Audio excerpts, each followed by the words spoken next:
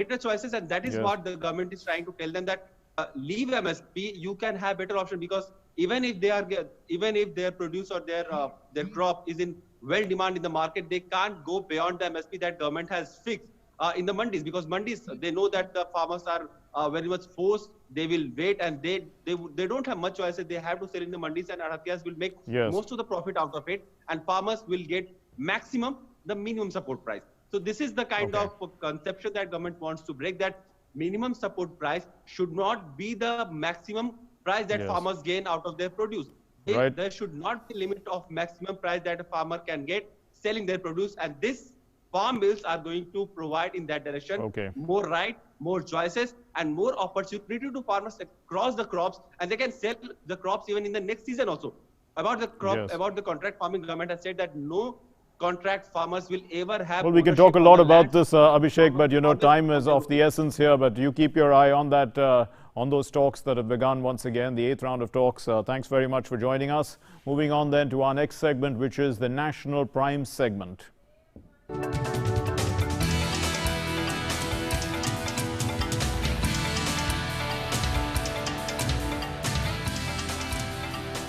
After a gap of over 9 months since the outbreak of COVID-19, the education institutions, including schools, colleges, universities, coaching institutes, they've reopened in Bihar from today, and classes from the 9th standard onwards have commenced with 50% strength in order to maintain social distancing in the classrooms, and wearing of masks in all schools is a must on the campus as well, and this has been made mandatory, without which the students will not be allowed to enter the premises. All institutions will have to follow the COVID-19 protocols very strictly.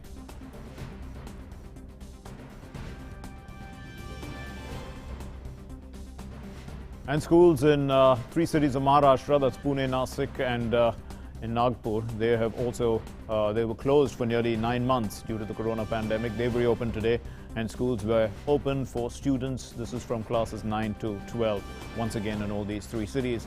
And in Nashik, we have 219 schools which have reopened today, and 13 schools of the Nashik Municipal Corporation. Also, the students were seen following social distancing norms. They're following all the rules there while entering the classrooms. Authorities have they've ordered everyone to undergo COVID-19 tests, in fact, for the school staff. Important measure there.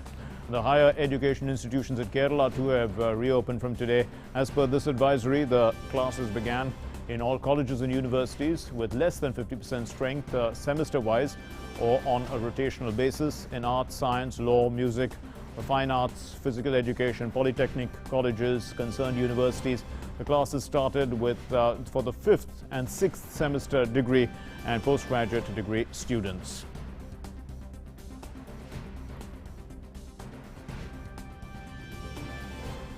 The Tamil Nadu government has given permission to open theatres, multiplexes and other theatres in the state with full capacity. Currently, all theatres were opened with 50% seating capacity. The order states that theatres can function at full capacity. Along with this, they have to strictly follow COVID-19 protocols.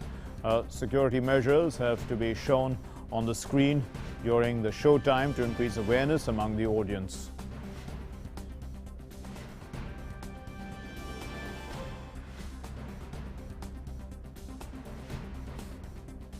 In Jammu and Kashmir, traffic on the Jammu-Srinagar National Highway has been suspended because of a fresh snowfall in various areas of the National Highway. This is including the Jawahar Tunnel.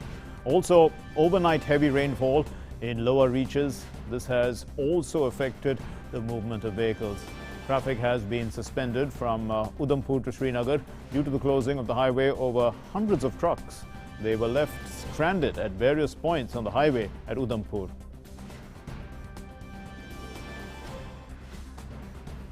Well, a severe cold wave has been sweeping across North India for the past few weeks, in fact. Northeast and southwest oriented cloud clusters, they've shifted eastwards, giving some relief for rain. This is relief from rain from in Haryana, northeast Rajasthan as well, and Delhi. However, the Met Department has predicted thunderstorms, lightning and hailstorm in parts of Delhi, northeast Rajasthan, Haryana and adjoining parts of West Uttar Pradesh during the next 2 hours. So visibility was also reduced in Delhi due to the fog this morning. Meanwhile, Delhi Safdarjung Observatory recorded a minimum temperature of 11.4 degrees Celsius at 8:30 a.m. Monday. I beg your pardon, today, that is. And currently, the western disturbance lies over the central Pakistan, and a trough also extends in lower levels from North Punjab to northeast Arabian Sea.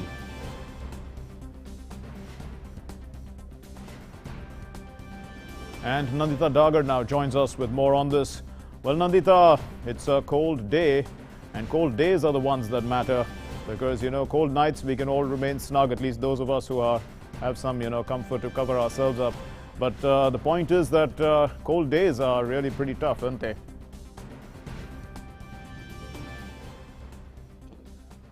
Yes, Mark, the active western disturbance over central Pakistan and the winds coming in from southwestern Arabian Sea, they are combining and making the weather today with this, making the sun play peekaboo with the Yes. residents of Delhi and surrounding areas in Punjab, Haryana, Western Uttar Pradesh and Rajasthan.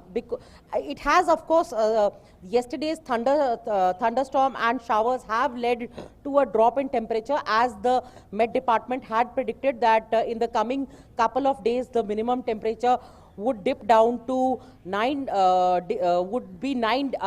9 degrees Celsius.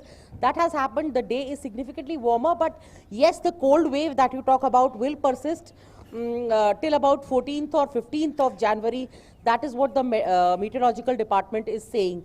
The snowfall that you mentioned in your introduction, that is something that is happening due to the western disturbance over Jammu and Kashmir, and that is leading to heavy snowfall in Himachal Pradesh also. So as far as the northern plains of India are concerned, we can be assured that in the next 2-3 days we will be seeing thunder showers, that is rainfall, just as Delhi witnessed very high rainfall for this time of the year yesterday.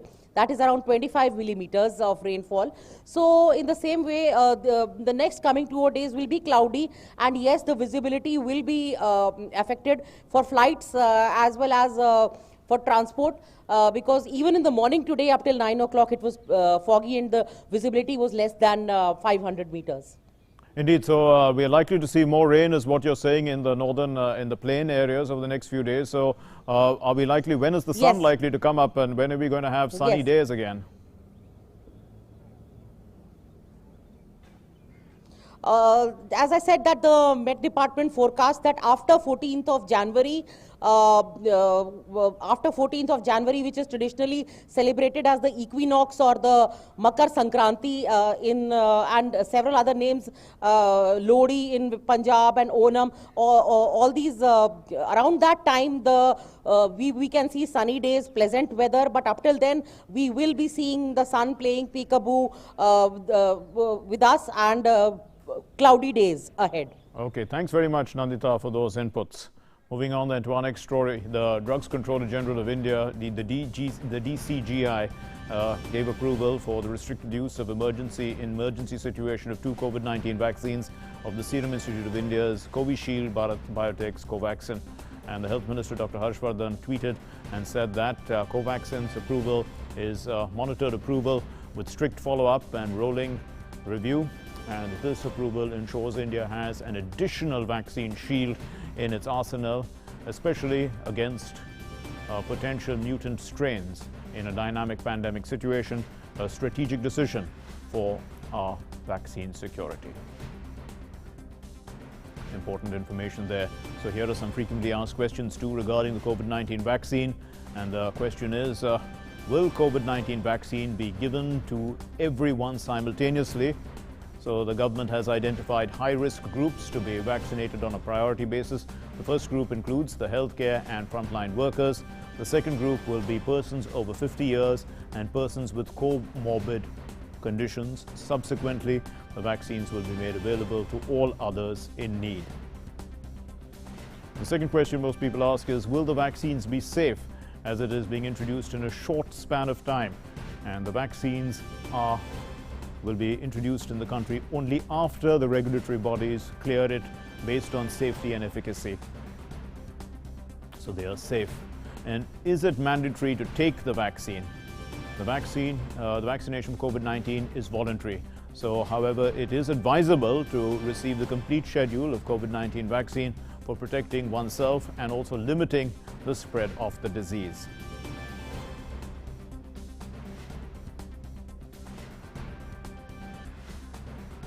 And here are some frequently asked questions on the COVID-19 vaccine again. So, is it necessary for the COVID recovered person to take the vaccine? Well, yes, it's advisable to receive the complete schedule of the COVID vaccine, irrespective of past history of infection with COVID-19. And this will help in developing a strong immune response against the disease. So, can a person presently having COVID-19, confirmed or suspected infected, be vaccinated? So, such persons with the confirmed or suspected COVID-19 infection may increase the risk of spreading the same to others at vaccination site. For this reason, the infected individuals should defer their vaccination for 14 days after the symptoms resolution. Now, out of the multiple vaccines available, how is one or more vaccine chosen for administration? The safety and efficacy data from clinical trials of the vaccine candidates are examined by the drug regulator of our country before granting the license of the same. Hence, all the COVID-19 vaccines that receive license will have comparable safety and efficacy. However, it must be ensured that the entire schedule of vaccination is completed by only one type of vaccine, as different COVID-19 vaccines are not interchangeable. So if you take one vaccine, you can't take another one for your booster dose. Does India have the capacity to store the COVID vaccine at temperature of 2 degrees to 8 degrees Celsius and transport them at the required temperature? Well, India runs one of the largest immunization programs in the world, and catering to vaccination needs of more than 26 million newborns and 29 million pregnant women. So this program mechanisms are being strengthened. They've been geared up to effectively cater to the country's large and diverse population.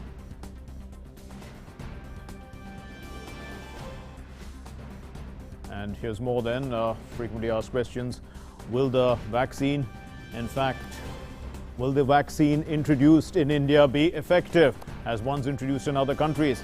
And the answer is yes, the COVID-19 vaccine introduced in India will be as effective as any vaccine developed by other countries. Various phases of the vaccine trials are undertaken to ensure its safety and efficacy. How will I know if I am eligible for vaccination? An important question. The eligible beneficiaries will be informed through their registered mobile numbers regarding the health facility where the vaccination will be provided and the scheduled time for the same. This will be done to avoid any inconvenience in registration and vaccination of beneficiaries. What documents are required for registration of eligible beneficiary? Any of the below mentioned IDs with photos may be produced at the time of registration. They are Aadhaar, driver's license, voter's ID, PAN card, passport, job card, that's Manrega job card, pension document.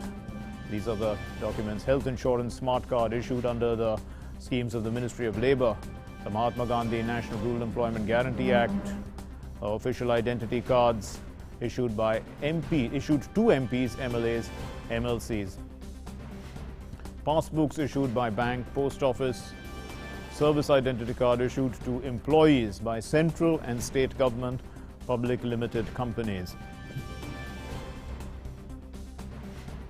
So moving on to some other news now. In a tragic accident in Ghaziabad district in Uttar Pradesh, at least 24 people were killed and several others were injured when the roof of a structure in Muradnagar's crematorium it collapsed on Sunday. And that tragic incident occurred when people were actually coming to attend the last rites of a loved one.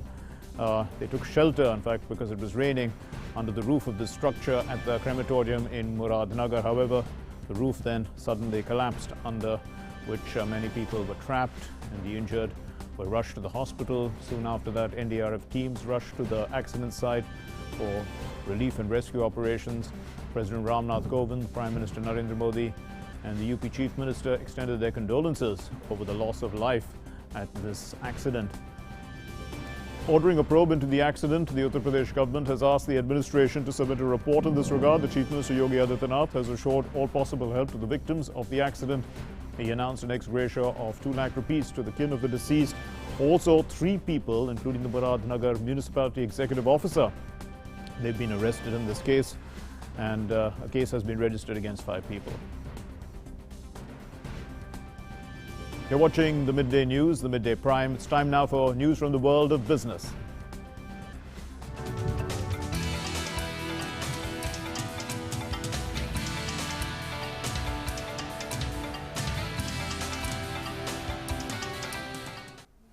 And for those updates, here's Ajay Mishra. Thanks very much, Mark. We'll start with the Sensex and Nifty first. The Indian benchmark indices regained the momentum and were trading close to 0.5% higher in the noon deals of Monday's volatile session. Among the headline indices, the S&P BSE Sensex hovered around 48,050 levels, up almost 200 points. The index hit an intraday high of and low of 48,168 and 47,594. The broader Nifty 50 index was also trading around 14,000 level. Kotak Mahindra Bank and SDFC Bank both were down 1%. They were the top Sensex tracks. Besides, Reliance Industries also slipped 0.9% after the SEBI imposed penalties on the conglomerate for alleged manipulative trading in the shares of erstwhile Reliance Petroleum back in November 2007. The Nifty sectoral indices were trading mixed, with the Nifty Realty Index down 1%, leading the list of the losers. In the broader market, the S&P BSE Mid Cap and small cap indices were trading over 1% up, respectively. India's Manufacturing Purchasing Managers Index, which tracks sentiments in the sector, rose to 56.4 in December 2020 from 56.3 in November. A reading of above 50 denotes the improvement in the sector, while a reading below 50 indicates deterioration in the sentiment. This is the 5th straight month in a pandemic year when PMI manufacturing has shown a reading of above 50. However, it is nowhere close to 58.9, which was registered in October 2019, which was a 12-year high. And oil prices have touched a multi-month highs today on expectation that OPEC and allied producers may cap output at current levels in February. Coronavirus pandemic has kept worries about the first half demand elevated. Prices rose in line with the broader financial markets, with Brent crude futures reading $53.17 a barrel. This is the highest since March 2020. US West Texas Intermediate crude has also touched $49.71 a barrel, the highest since February 2020. The March Brent crude futures were at $52.97 a barrel, up $1.17, while February WTI crude futures rose $1 a barrel. So that's all in the Business Prime. For more news and updates, let's go back to Mark Lean. Thanks very much, Ajay. And next now is news from around the world, across the world now. Let's get you some news.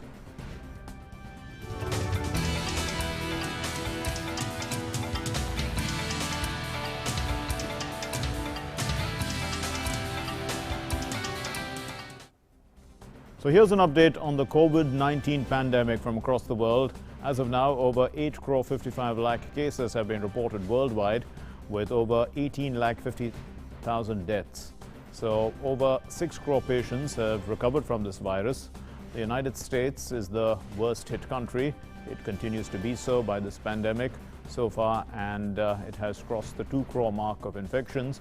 The US has reported over 2 crore 11 lakh cases of this virus, with the death toll surging past 3 lakh 60,000. And while in Europe, in fact, Britain has recorded at least 54,990 new cases of the virus on Sunday and has registered more than 75,000 deaths from the pandemic overall. With the rising number of cases due to the new and more transmissible variant of the virus, the opposition Labour Party leader, Keir Starmer, has called for a national lockdown in the country to control the virus. And amid this, the rollout of the vaccines is set to accelerate, with the first 530,000 doses of the newly approved Oxford AstraZeneca vaccines ready to be administered. In Germany, the national lockdown is expected to be extended beyond January 10 to curb coronavirus infection rates that are still running high and putting huge strains on hospitals and health workers. The total cases in Germany have crossed 17,83,000. And Latin American countries reported over 1.3 crore confirmed cases, with the caseload in Brazil, the worst hit country in that region, crossing 77 lakh. The state of Sao Paulo, the most populous in the country, had registered at over 46,000, followed by Rio de Janeiro with over 25,000 deaths. And in Sao Paulo, the government has announced entering the red phase in force, which only allowed essential commercial activities to operate. Argentina registered 5,884 new cases on Sunday to add up to the national count, which is takes the national count to 16.4 lakh. The Argentine government has extended mandatory social distancing measures until January 31. Also, the Colombian government has extended the health emergency until February 28, urging people to avoid crowds, to observe measures that curb the spread of the virus. South Africa, in fact, continues to be the worst affected, with the number of cases more than 11 lakhs. Kenya is extending its nightly curfew to March 12 as part of measures aimed at taming the spread of the COVID-19. South Korea has expanded a ban on private gatherings larger than 4 people to the whole country because of prolonged surge in infections during the latest wave.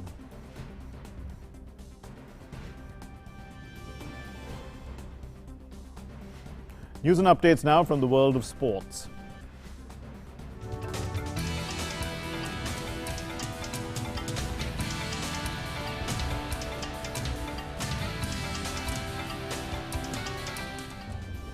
And Suchitra has the latest from the sports world. Over to you, Suchitra. Thank you, Mark. Let's start with some news from the Test series. India and Australia cricket teams, their support staff and the match officials for the ongoing Test series have tested negative for COVID-19. The tests were administered on Sunday and the results were received today. The teams are scheduled to travel from Melbourne to Sydney today for the third test of the series that stands level at 1-1.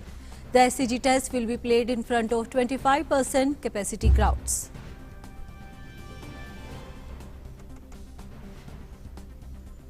Australian pacer James Pattinson is ruled out of the third test against India due to bruised ribs. The match is scheduled to be held at the Sydney Cricket Ground from January 7th to 11th. A replacement has not been named for Pattinson, who got injured after a fall at home. Pattinson last played against India in a tour match in the lead-up to the opening test of the series, picking up 3 wickets. Some football news. Manchester City produced a ruthless attacking display to cruise past Chelsea 3-1 at Stamford Bridge. The visitors, who were without a number of first-team players following an outbreak of coronavirus at the club, stunned Chelsea with 3 goals in 16 first-half minutes. The result lifted City up to 5th in the table, 4 points off Liverpool and Manchester United with the game in hand on both. Chelsea now drops to 8th. Cristiano Ronaldo overtook Pele as the second highest goal scorer of all time with a brace for Juventus in their 4-1 win against Udinese on Sunday. The Portuguese forward scored his 758th goal of his illustrious career. Pele registered 757 goals during his career for Santos, New York Cosmos and Brazil between 1956 and 1977, but now sits third in the all-time list, with Ronaldo now 1 behind Joseph Bissan's total of 759. With this win, Juventus move up to 5th in the Serie A table. And Lionel Messi marked his 500th league appearance for Barcelona by offering his 300th assist for his club. So it was a very special match for Messi, and those were some sports news at this hour. Back to you, Mark. Thanks very much, Suchitra. And now let's get your news from the world of art, culture, cinema and entertainment.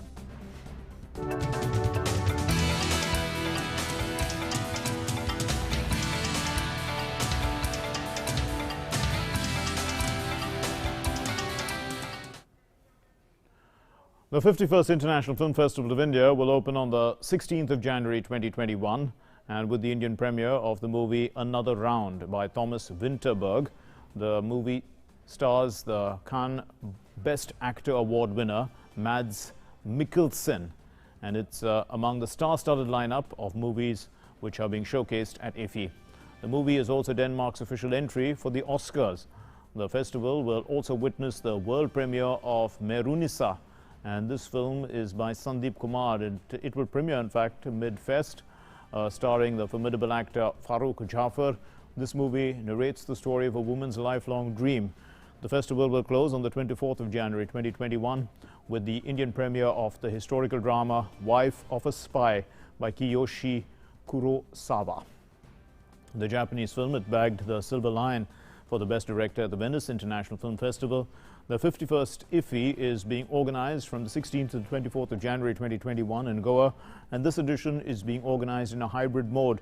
For the first time, it will comprise both online and in-person experience. The festival will be loaded with a lineup of the most famous movies, with a total of 224 films from across the globe being screened. And this includes, in fact, 21 non-feature films, 26 feature films under the Indian Panorama section. Registration for the virtual segment of this first hybrid IFFI is now open. The 51st edition of IFFI is being organized in a hybrid format. As we said, it will comprise both virtual and physical segments. The World Braille Day is being celebrated today. It commemorates the birth anniversary of Louis Braille, who was born in 1809. Louis Braille was the inventor of Braille for persons with visual disability. And with his efforts and invention, every blind person and visually impaired person can easily develop reading and writing ability. This communication system was determined to bridge the gap in communication between the sighted and the blind.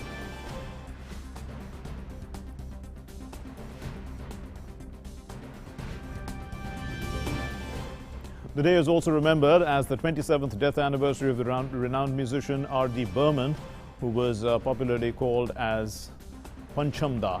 And we pay our heartfelt tributes to him and look back at some of those evergreen songs which were composed by him back in the day.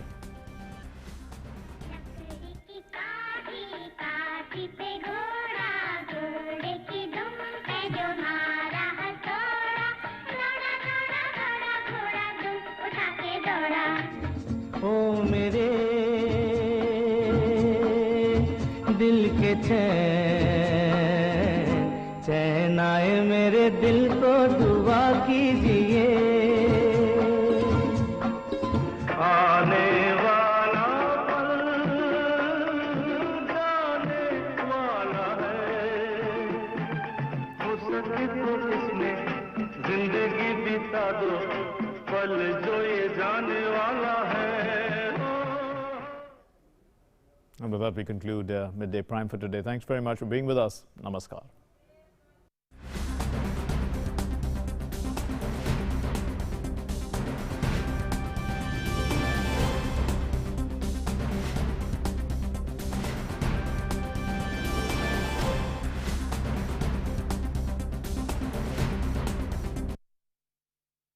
DD free dish, Bharat की एकमात्र free DTH service. अब देखिए आपके अपने पसंदीदा channel DD news channel number 1 पर, DD national channel number 2 पर, DD Bharti channel number 60 पर और डीडी इंडिया चैनल नंबर 84 पर। डीडी फ्री डिश, मनोरंजन का संसार सीधे आपके द्वार।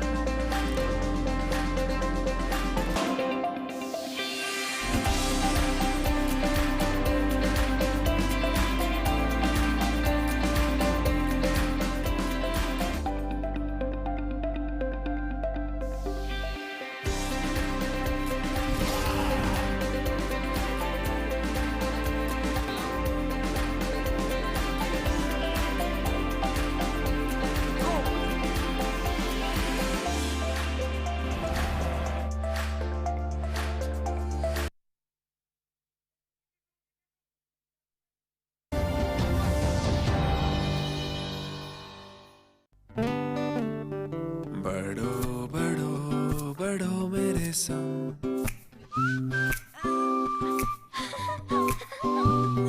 बढ़ो बढ़ो बढ़ो मेरे संग, बढ़ो बढ़ो बढ़ो बढ़ो।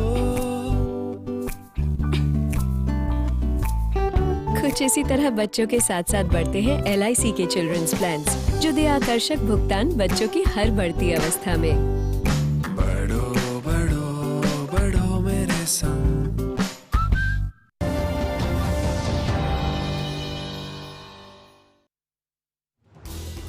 हर दिन हर पल बनती खबरें, बदलती दुनिया, हम लेकर आते हैं आपके लिए बड़ी खबरें, संपूर्ण कवरेज, ताकि आप रहें खबरों के बीच हमारे साथ। मिड डे प्राइम हिंदी सोमवार से शुक्रवार दोपहर 1 बजे सिर्फ DD न्यूज पर।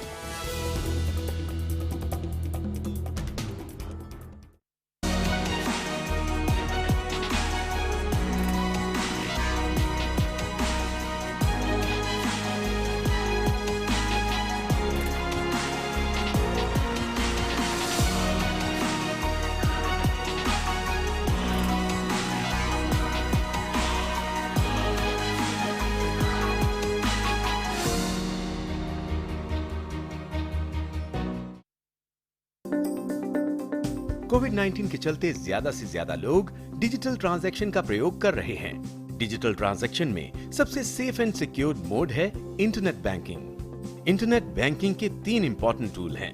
पहला टूल है NEFT यानी नेशनल इलेक्ट्रॉनिक फंड ट्रांसफर। इसमें आपको किसी भी तरह का अतिरिक्त चार्ज नहीं देना पड़ता है। ये 24/7 अवेलेबल होता है। ये एकदम सिक्योर मोड में से एक माना जाता है। हालांकि इसमें जो पैसा ट्रांसफर करते हैं वो रियल टाइम में नहीं होता। इंटरनेट बैंकिंग का दूसरा टूल है IMPS यानी इमीडिएट पेमेंट सर्विसेज। इसकी खासियत है कि आप इसमें रियल टाइम में पैसा ट्रांसफर कर सकते हैं। हालांकि इसमें ट्रांसफर लिमिट 2 लाख रुपए तक की होती है। तीसरा टूल है RTGS यानी रियल टाइम ग्रॉस सेटलमेंट। ये काफी फास्ट और सिक्योर्ड मोड माना जाता है। इसमें आपको मिनिमम 2 लाख रुपए तक का ट्रांजैक्शन करना होता है। जब भी आप ऑनलाइन ट्रांजैक्शन करें, सिक्योर्ड मोड ऑफ पेमेंट यानी कि NEFT, RTGS या IMPS के माध्यम से ही करें, ताकि आपका ट्रांजैक्शन एकदम सेफ एंड सिक्योर्ड रह सके।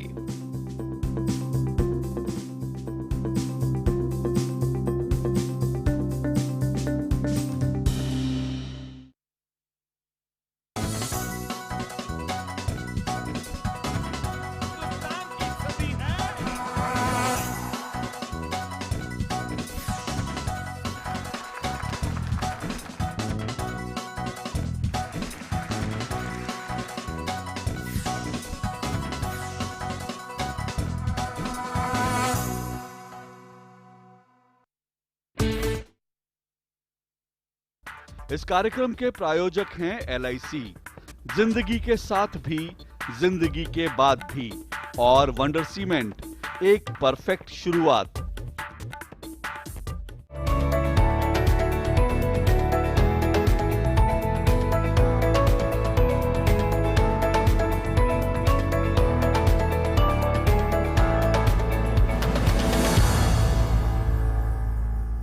पलट देते हैं हम मौजे हवादिस को अपनी जुर्रत से कि हमने आंधियों में भी चिराग अक्सर जलाए हैं।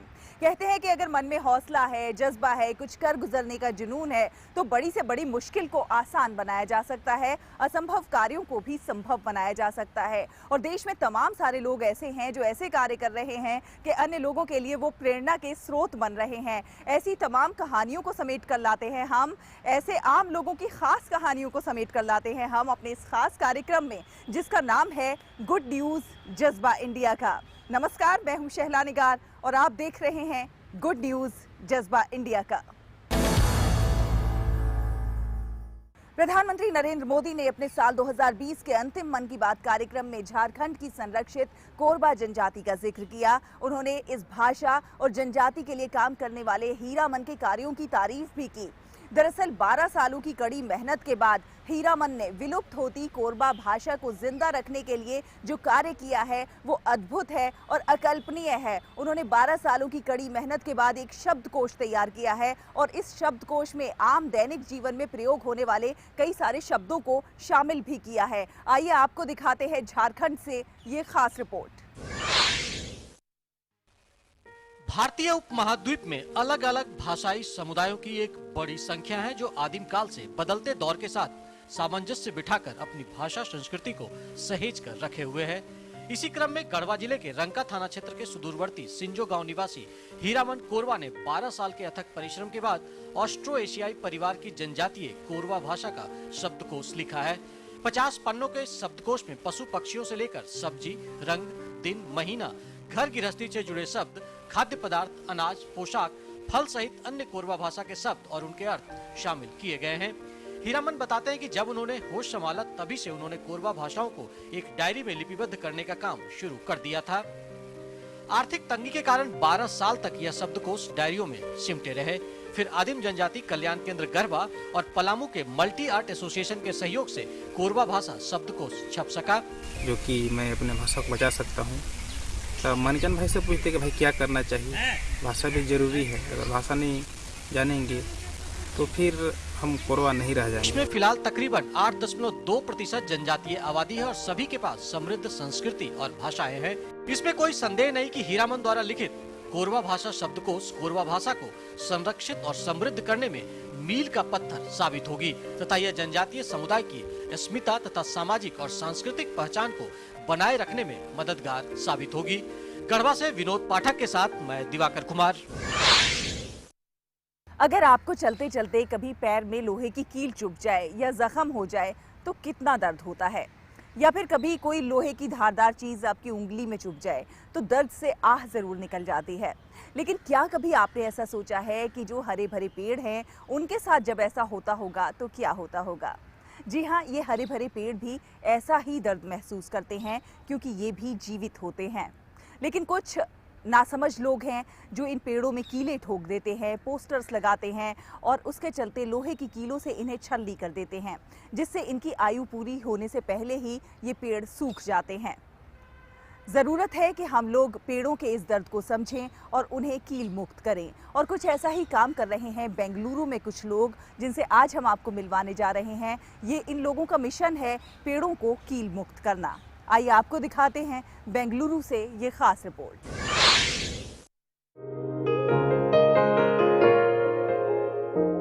बेंगलुरु शहर अपनी हरियाली के लिए गार्डन सिटी के नाम से भी जाना जाता है और यहाँ की हवा और इस मौसम ने इस शहर को पैराडाइज की पहचान दी है। और इसे बनाए रखने के लिए और बूढ़े पेड़ों को बचाने के लिए बेंगलुरु हुडगुरु की टीम ने एक संकल्प बना लिया है। ये देखिए कैसे इन पेड़ों से लोहे के कील निकालते हैं। हाथ में विशेष औजार और पाने लिए ये युवा कटिंग प्लेयर स्क्रू ड्राइवर से एक एक पेड़ पर ठोके गए कील को निकालने का काम हर वीकेंड पर करते हैं। गौर से देखिए कि कैसे इन पेड़ों पर विज्ञापन लगाने के लिए इतने सारे कील, पिन और स्टेपल ठोक दिए जाते हैं, जिसकी वजह से पेड़ की खाल पूरी तरह से कमजोर हो जाती है और धीरे धीरे ये पेड़ सूखने लगता है। कील या पिन ही नहीं, यहाँ पर तो पेड़ पर लोहे की रॉड ही लगा दी गई है। बेंगलुरु हुडगुरु की ये टीम बनी है कुछ दोस्तों की पहल से, जो अपने फ्री टाइम में कुछ अच्छा करने का जज्बा रखते हैं, और धीरे धीरे इस टीम में अलग अलग प्रोफाइल के लोग जुड़ते चले गए। टीम के फाउंडर विनोद कर्तव्य DRDO के टेक्निकल अधिकारी हैं। Fardeen Pasha state level boxing champion है। केशव ठकुरिया एक IT प्रोफेशनल हैं, तो गणेश एक टीचर, दिव्या एक इंजीनियर और कार्ति जोशी जो कि एक गृहिणी है और समाज सेवक भी, और कई अन्य सदस्य भी इस मुहिम में शामिल हैं। विनोद कर्तव्य की पहल से शुरू हुई ये टीम अब शहर की बड़ी हस्तियों को भी अपने साथ जोड़ रही है। कीर्ति का मानना है कि पेड़ों को बचाना हर नागरिक की जिम्मेदारी है। ये केवल सरकार का काम नहीं है और इसके लिए वो सबको प्रेरित करती हैं। 2 साल पहले मेरे भी पैर में चोट लगी थी, कील चुभ गया था, तो मेरे इग्नोरेंस मैंने काफ़ी उसको इग्नोर कर दिया, तो 3 बार मेरे पैर का ऑपरेशन करना पड़ा। और रिसेंटली विनोद बोल के हमारे एक जो कलीग है विनोद कर्तव्य, वो घर में बैठे बैठे कहीं पे ऐसे पीछे चले गए, उनको भी कोई फर्नीचर क्रैक से लग गया। तो वहीं पे ये आइडिया आ गया, यार हमको जब चुभ जाता है, इन्फेक्शन होता है, पॉइजन होता है, जो भी होता है आयरन चुभने से, तो पेड़ को कितना दर्द हो रहा होगा। कीर्ति के अलावा केशव ठकुरिया भी मानते हैं कि पेड़ों को कील मुक्त करना और उन्हें बचाना हर किसी का दायित्व है और भविष्य के लिए पर्यावरण की सुरक्षा हर नागरिक की जिम्मेदारी होनी चाहिए। पेड़ों को भी दुखता है, हम अपने बच्चों को क्या दे रहे हैं? हम अपने बच्चों को ये सड़े हुए पेड़ नहीं देना चाहते, हम उनको एक अच्छी जिंदगी देना चाहते हैं। इसलिए हमने बोला चलो कुछ किया जाए।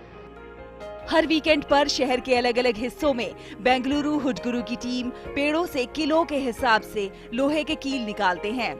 हर पेड़ पर 1 किलो से कम लोहा नहीं निकलता।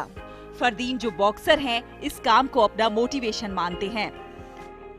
ये अगर पेड़ नहीं रहेंगे तो हम क्या चीज़ है इसके सामने? हमारा कर्तव्य है ये करना। सो हमने प्लान किया था 1 मंथ बैक कि ये सब स्टार्ट कर लेंगे। सो हम जुड़ गए इसके साथ।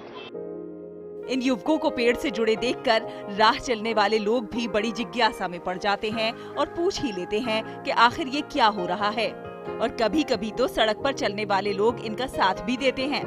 कभी दूध वाला तो कभी ऑटो वाला कील निकालने के काम में हाथ बटा देते हैं। बेंगलुरु हुडगुरु टीम इस बात से वाकिफ है कि ये समाज सेवा सिर्फ चंद लोगों के बस की बात नहीं है। इस कार्य में सबको जुड़ना होगा। स्पोर्ट्स डिपार्टमेंट बेंगलुरु में बारिश के मौसम में अक्सर पेड़ गिरने लगते हैं और जान माल का भारी नुकसान भी होता है। उसका कारण है ये लोहे की कील, जो पेड़ों को कमजोर बना देते हैं और धीरे धीरे पेड़ के अंदर जहर फैला देते हैं। इसीलिए जरूरी है कि पेड़ों को इस लोहे से बचाया जाए। अगर हर नागरिक एक एक पेड़ की सुरक्षा और सफाई की जिम्मेदारी ले, तो शहर की हरियाली और स्वस्थ पर्यावरण बना रहेगा और बुजुर्ग पेड़ भी सबके लिए जीवन दान देते रहेंगे।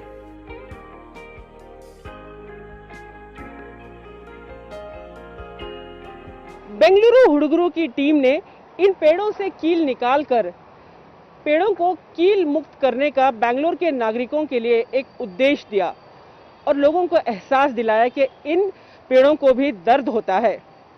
और इस टीम के प्रयास को देखते हुए बेंगलुरु नगर पालिका ने भी अब फैसला कर लिया है कि इन पेड़ों को दर्द देने वालों को अब कानूनी सजा होगी। तो जाहिर सी बात है, जो दर्द देंगे उन्हें दर्द का एहसास कराया जाएगा।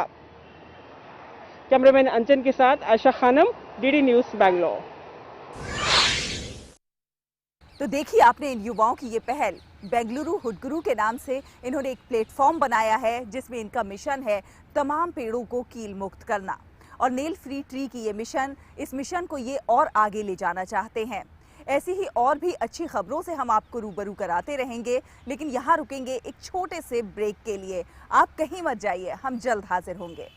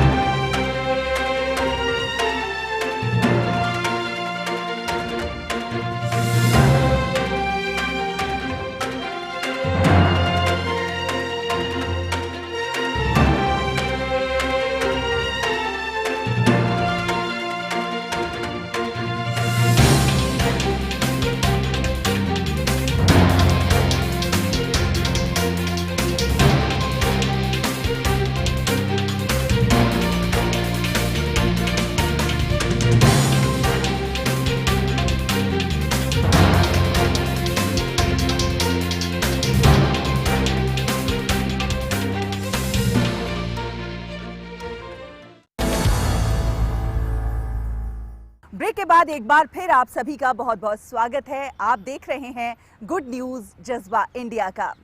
भारत के आखिरी कोने पर बसे शहर फाजिल्का को कूड़ा मुक्त बनाने के लिए प्रधानमंत्री नरेंद्र मोदी के स्वच्छ भारत अभियान में वहां के बाशिंदों का अहम योगदान सामने आया है। जी हां, आपको एक महिला की ऐसी ही एक खबर आपको दिखाने जा रहे हैं कि किस तरह से इन्होंने कबाड़ से जुगाड़ का उपयोग करके कई लोगों के लिए प्रेरणा का स्रोत बनी हैं। इन्होंने घर के कूड़े से खाद बना दी है और कबाड़ से गमले बना दिए हैं। और देखिए कि घर की छत पर इन्होंने कितनी खूबसूरत बगीची तैयार की है, जिसे देखकर आप भी हैरान रह जाएंगे।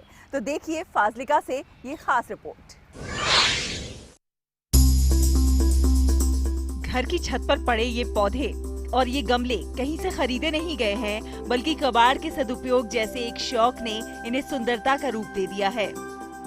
जी हाँ, एक तरफ जहाँ फाजिलिका को साफ सुथरा बनाने के लिए नगर कौंसिल के सफाई कर्मचारी अपना अहम योगदान दे रहे हैं, तो वहीं फाजिलिका के स्त्री भवन गली की रहने वाली चंचल सुरभि नागपाल ने रसोई में पैदा होने वाले कूड़े से खाद और कबाड़ से गमले तैयार कर घर की छत पर बगीची ही बना दी है, जिसे देखने के लिए अक्सर विशेष तौर पर लोग इनके घर पहुंचते हैं।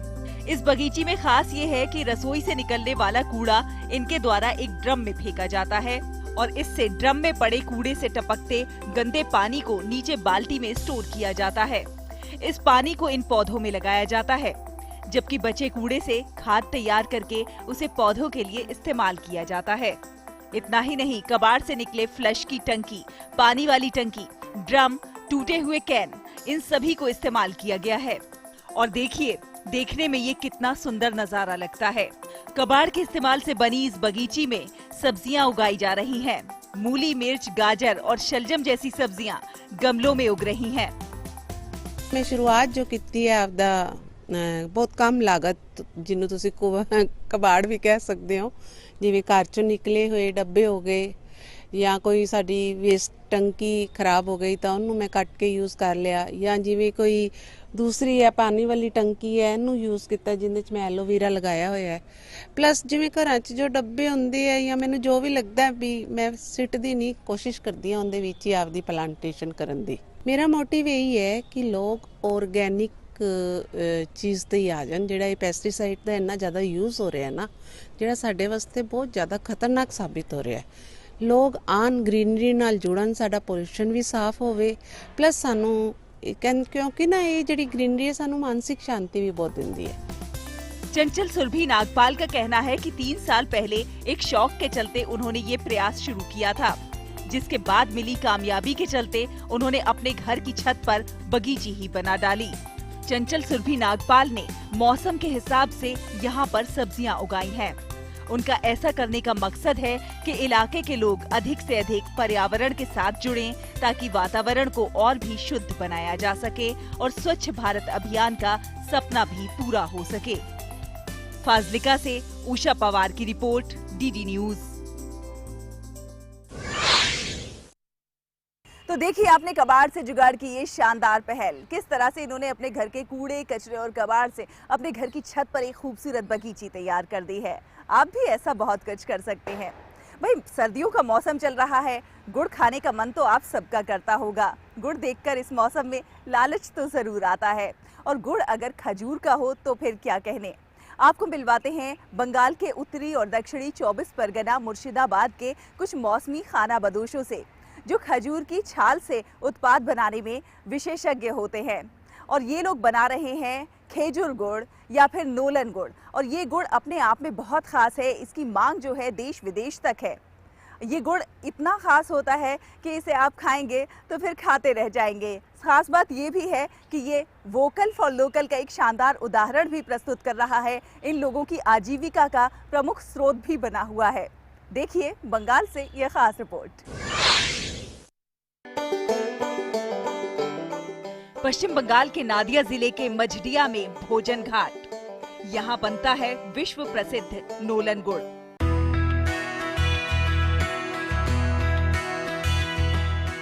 खेजर गुड़ या खजूर गुड़ एक अत्यंत बेशकीमती मौसमी उपज है। ये बंगाल से खास सर्दी के पहले बनने वाली मिठाई के तौर पर अपनी लोकप्रियता के लिए जाना जाता है। बंगाल से खजूर गुड़ कई किस्मों में आता है। सबसे लोकप्रिय है नोलन गुड़ और झोला गुड़। झोला गुड़ एक चिपचिपा तरल गुड़ है, जिसे सैप को कम करके बनाया जाता है, लेकिन इसे कम करके क्रिस्टलीकरण कर दिया जाता है। नोलन गुड़ नरम सुनहरे रंग का गुड़ है, जिसे नोल के नाम से भी जाना जाता है। नोलन का अर्थ है नया। ये पाइप के द्वारा सैप को एकत्रित करके तैयार किया जाता है। इस सर्दी के मौसम में दूरदर्शन ने यहाँ के कारीगरों से जाना कि किस तरह ये लोग खजूर के पेड़ से सैप को इकट्ठा करते हैं और कैसे इसे गुड़ में परिवर्तित करते हैं। स्थानीय लोगों के हाथों से निर्मित गुड़ का ये उद्योग सिउली समुदाय की आय का प्रमुख स्रोत रहा है। ये गुड़ वोकल फॉर लोकल का एक बेहतरीन उदाहरण प्रस्तुत कर रहा है। जी हाँ, अनब्रांडेड नोलन गुड़ बाजार में वर्तमान में 200 रुपए में बिक रहा है। स्थानीय लोगों के हाथों से बना ये गुड़ कई वेरिएंट्स में लोगों के बीच पहुंच रहा है।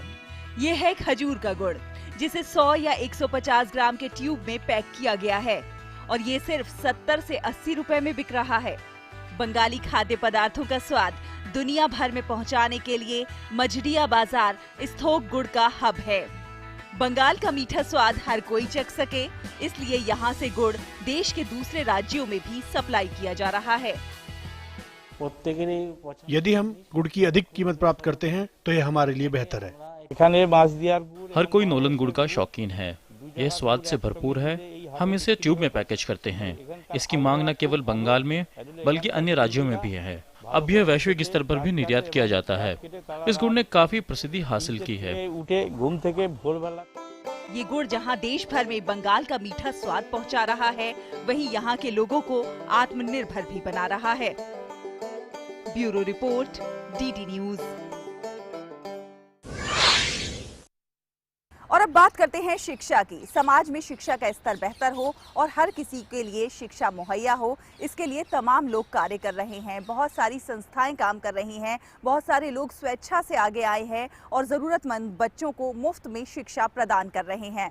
ऐसी ही एक पहल चंडीगढ़ में हुई है, जहां पर छोटे छोटे नौनिहालों को मुफ्त में शिक्षा प्रदान की जा रही है, ताकि ये बच्चे आत्मनिर्भर बन सकें और समाज की बेहतरी में अपना योगदान दे सकें। देखिए चंडीगढ़ से ये खास रिपोर्ट। हर बच्चे को शिक्षा का अधिकार है और इस अधिकार से बच्चे वंचित न रहें, इसी सोच के साथ चंडीगढ़ स्थित नन्हे कदम उन बच्चों की मदद करता है जो आर्थिक और मानसिक रूप से पढ़ाई में कमजोर हैं। यह संस्था उन विद्यार्थियों की पहचान करता है जिन्हें किसी वजह से शिक्षा नहीं मिल पा रही है। ऐसे में यह संस्था उन बच्चों की पढ़ाई की पूरी जिम्मेवारी उठाती है। जिन बच्चों को पढ़ाई में अगर मन नहीं लगता है तो ऐसे में उन्हें स्किल डेवलपमेंट कैसे करना है, यह भी सिखाया जाता है। हमारा मकसद ये है अभी इन बच्चों को बाकी बच्चों जैसी सारी फैसिलिटी मिले, सारा कुछ इनके पढ़ाई पढ़ें और पढ़ के अपने पैरों पे खड़े होएं। और उनमें ऐसे है कुछ बच्चे नहीं पढ़ना चाहते तो हम उनकी कोशिश करते हैं उनको ऐसा कोई स्किल डेवलपमेंट कराएं ताकि वो अपना काम करना शुरू कर दे और अपनी फैमिली का सहारा बने। रेणु गोयल ने बताया कि उनकी संस्था बच्चों की पढ़ाई के अलावा उनकी सेहत का भी ध्यान रखती है और साथ ही उन्हें समय समय पर प्रोत्साहित किया जाता है ताकि वे बच्चे आत्मनिर्भर बने और भविष्य में किसी पर अपनी जरूरत के लिए निर्भर न रहें। विद्यार्थियों के माता पिता भी उन्हें नन्हे कदम संस्था द्वारा किए जा रहे कार्यों की सराहना करते हुए कहते हैं कि उनके बच्चों को आर्थिक कमी की वजह से शिक्षा नहीं मिल पा रही थी, लेकिन इस संस्था की वजह से आज उनके बच्चे पढ़ पा रहे हैं। यहाँ नन्हे कदम के तरफ से ये स्कूल चल रहा है और बहुत ज़्यादा यहाँ बहुत अच्छी पढ़ाई करते हैं और इनको लॉकडाउन में इस महामारी में बहुत ज़्यादा मदद मिली है हमारे बच्चों को और हमें भी बहुत मदद मिली है। यहाँ पे बहुत अच्छे से पढ़ाते हैं और हर एक चीज़ का ध्यान रखते हैं। महामारी के बारे में भी इनको बहुत सारा चीज़ें बताई गई कि आप कैसे अपनी सेफ्टी रखोगे, घर से बाहर नहीं निकलोगे, कैसे हैंड वॉश करना, बहुत सारी चीज़ें ऐसे हैं कि जो यहाँ से ही बच्चों को सीखने को मिली है। इस संस्था ने सैनिटरी नैपकिन बनाने के लिए भी महिलाओं को रोजगार दिया, जहां महिलाओं को नैपकिन्स बनाने पर पैसे दिए जाते हैं और उन नैपकिन्स को जरूरतमंद महिलाओं को मुफ्त में दिया जाता है। हम नन्हे कदम के साथ कोलैबोरेशन में प्रोजेक्ट अंबिका को परस्यू कर रहे हैं यहाँ पे, और इसके अंडर हम रूरल वुमेन को हायर करते हैं और उनको सैनिटरी पैड स्टिच करना सिखाते हैं। और ये बायोडिग्रेडेबल सैनिटरी नैपकिन्स हैं जिन्हें वो स्टिच करते हैं और इनके लिए उन्हें हम पैसे देते हैं जितने वो स्टिच करते हैं उस हिसाब से। फिर उसके बाद जब ये स्टिच हो जाते हैं तो हम इन्हें बेदी हॉस्पिटल में लेके जाते हैं जहाँ से ये स्टेरलाइज होते हैं और पैक होते हैं। उसके बाद हम इन्हें स्लम एरियाज़ में डिस्ट्रीब्यूट करवाते हैं। बच्चों का मानसिक विकास और सही शिक्षा प्रदान करने का लक्ष्य लिए रेणु गोयल लगातार विद्यार्थियों और उनके माता पिता को शिक्षा का महत्व बता रही हैं। तो शिक्षित होगा समाज तभी आत्मनिर्भर बनेगा समाज। इसके लिए ज़रूरी है कि हम आप सब आगे आएं और जो बच्चे ज़रूरतमंद हैं, जिन्हें उचित शिक्षा नहीं मिल पा रही है, उनके लिए शिक्षा की व्यवस्था करें। ऐसी ही अच्छी खबरों के सफर को आगे भी जारी रखेंगे। रुकेंगे एक छोटे से ब्रेक के लिए, आप कहीं मत जाइए, देखते रहिए गुड न्यूज जज्बा इंडिया का।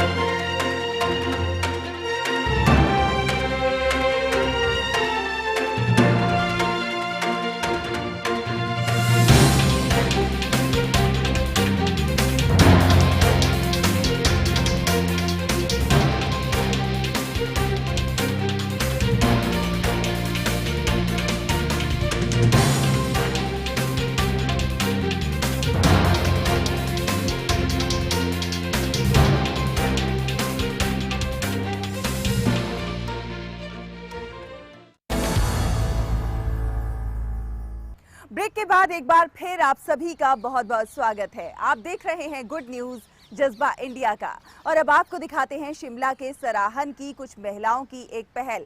ये महिलाएं हैंडलूम यानी कि हथकरघा उद्योग को अपना रही हैं और आत्मनिर्भरता की ओर कदम आगे बढ़ा रही हैं। इन्होंने अपने पारंपरिक व्यवसाय को अपनाया है, उसे जीवित रखने का काम किया है। तो साथ ही साथ जो पारंपरिक परिधान हैं जैसे कि मफलर, शॉल, दोहड़ू इत्यादि, उनको आकर्षक डिजाइन दे रही हैं और उन्हें एक नया रूप प्रदान कर रही हैं, जिससे बाजार में इनकी खूब मांग बढ़ रही है। वोकल फॉर लोकल का उदाहरण तो है ही, ये लोग अच्छी आय भी अर्जित कर रही हैं। देखिए ये खास रिपोर्ट।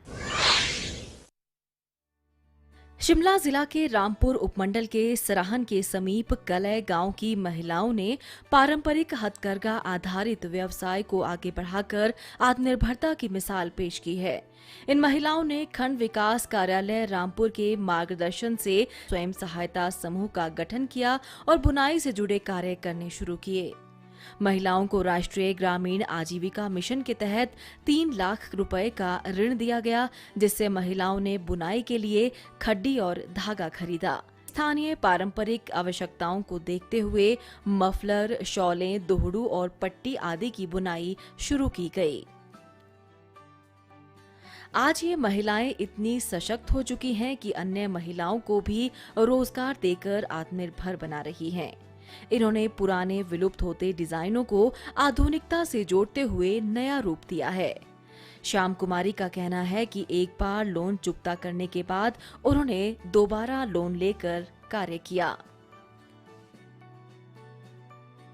हम सब महिलाएं बातचीत करके आगे काम करने शुरू कर दिया। उसके बाद फिर हमने धीरे धीरे वहाँ पर हमारे से शॉल, पट्टी कुछ भी लोग लेने लगे और यहाँ टूरिस्ट प्लेस है बीमा काली के, उससे हमारे बिजनेस ठीक है। महिला समाज शिक्षा आयोजिका रामपुर खंड रजनी ने बताया कि महिलाओं ने NRLM के तहत 3 लाख रुपए का ऋण लेकर अपना कार्य शुरू किया। ये महिलाएं न केवल स्वयं आत्मनिर्भरता की ओर बढ़ी हैं, बल्कि इनके व्यवसाय को देखकर अन्य महिलाएं भी इनसे प्रेरित होकर स्वरोजगार की ओर कदम बढ़ा रही हैं। डीडी न्यूज के लिए रामपुर से विशेषर नेगी की रिपोर्ट। भाई कड़ाके की सर्दी पड़ रही है, शीतलहर का प्रकोप जारी है और ऐसे में बहुत सारे लोग हैं जो अपने घरों में रहने को मजबूर हैं, लेकिन बहुत सारे लोग ऐसे भी हैं जिनके पास अपना कोई घर नहीं है और वो सड़कों पर सोने के लिए मजबूर हैं। ऐसे लोगों की अगर आप कुछ मदद कर सकें, अगर आप उन्हें इस ठंड से निजात दिलाने के लिए कुछ गर्म कपड़े दे सकें, तो ऐसे में उनके चेहरों पर जो मुस्कान आती है वो एक अजीब सुकून का एहसास कराती है। ऐसी ही एक पहल शालीमार गार्डन और राजेंद्र नगर के कुछ मॉर्निंग वॉकर्स ने की है, जिन्होंने परोपकारी दीवार का निर्माण किया है और यहाँ पर भी लोग अपनी स्वेच्छा से कपड़े दान करके जाते हैं और ज़रूरतमंद वहाँ से ले जाते हैं। देखिए ये कुछ खास झलकियाँ।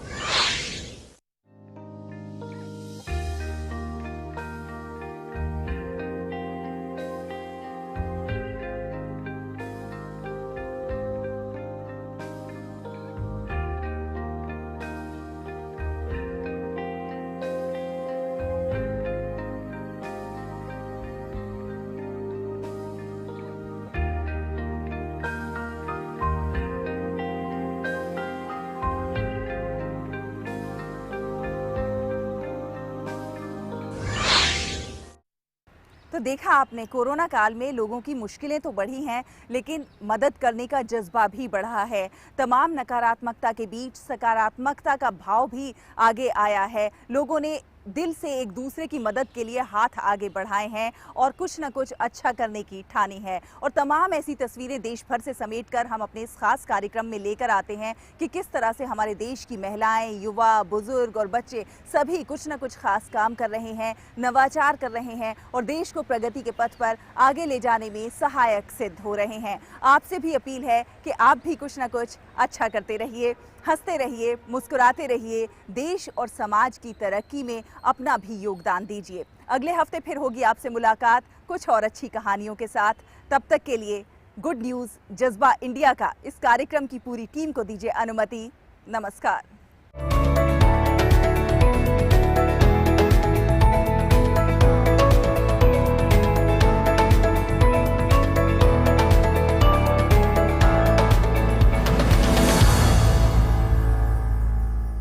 इस कार्यक्रम के प्रायोजक थे LIC, जिंदगी के साथ भी, जिंदगी के बाद भी, और वंडर सीमेंट, एक परफेक्ट शुरुआत।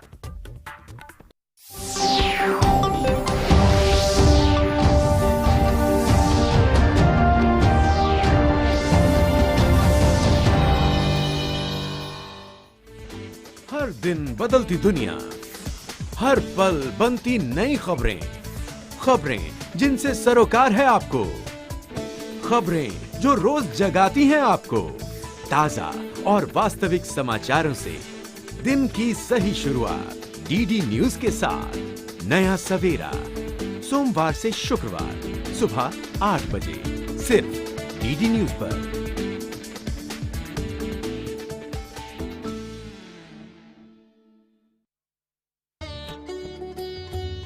महात्मा के मंत्र। खुद वो बदलाव बनिए जो आप दुनिया में देखना चाहते हैं।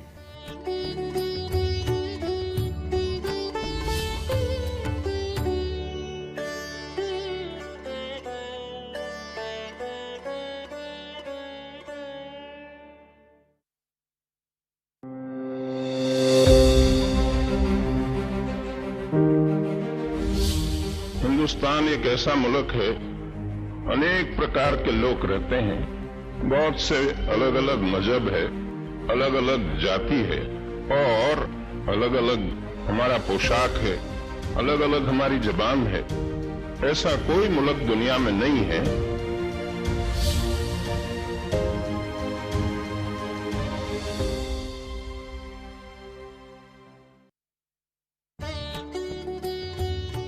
महात्मा के मंत्र।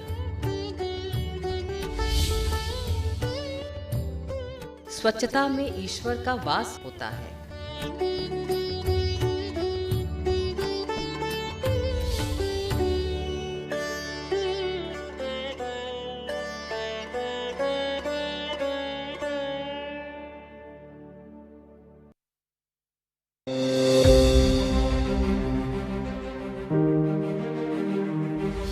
हमारा काम ये है कि हम हिंदुस्तान में कोई भी प्रांत के हैं, हम हिंदुस्तानी हैं और हमारा प्रथम कर्तव्य हिंदुस्तान की हिफाजत, हिंदुस्तान की रक्षा।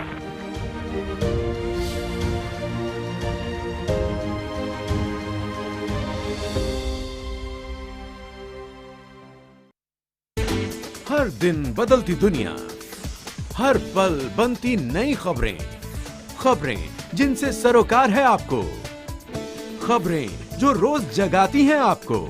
ताजा और वास्तविक समाचारों से दिन की सही शुरुआत DD न्यूज के साथ। नया सवेरा, सोमवार से शुक्रवार सुबह 8 बजे, सिर्फ DD न्यूज पर।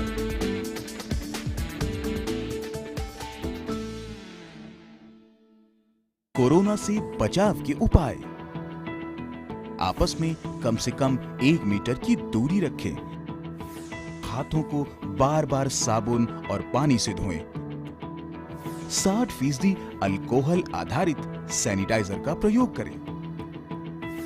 मास्क से चेहरे को ढक कर रखें। छींकते या खांसते समय नाक और मुंह को रुमाल या टिश्यू से ढकें। प्रयोग किए गए टिश्यू को तुरंत कूड़ेदान में डालें। सामाजिक आयोजनों और भीड़-भाड़ वाली जगहों से दूर रहें।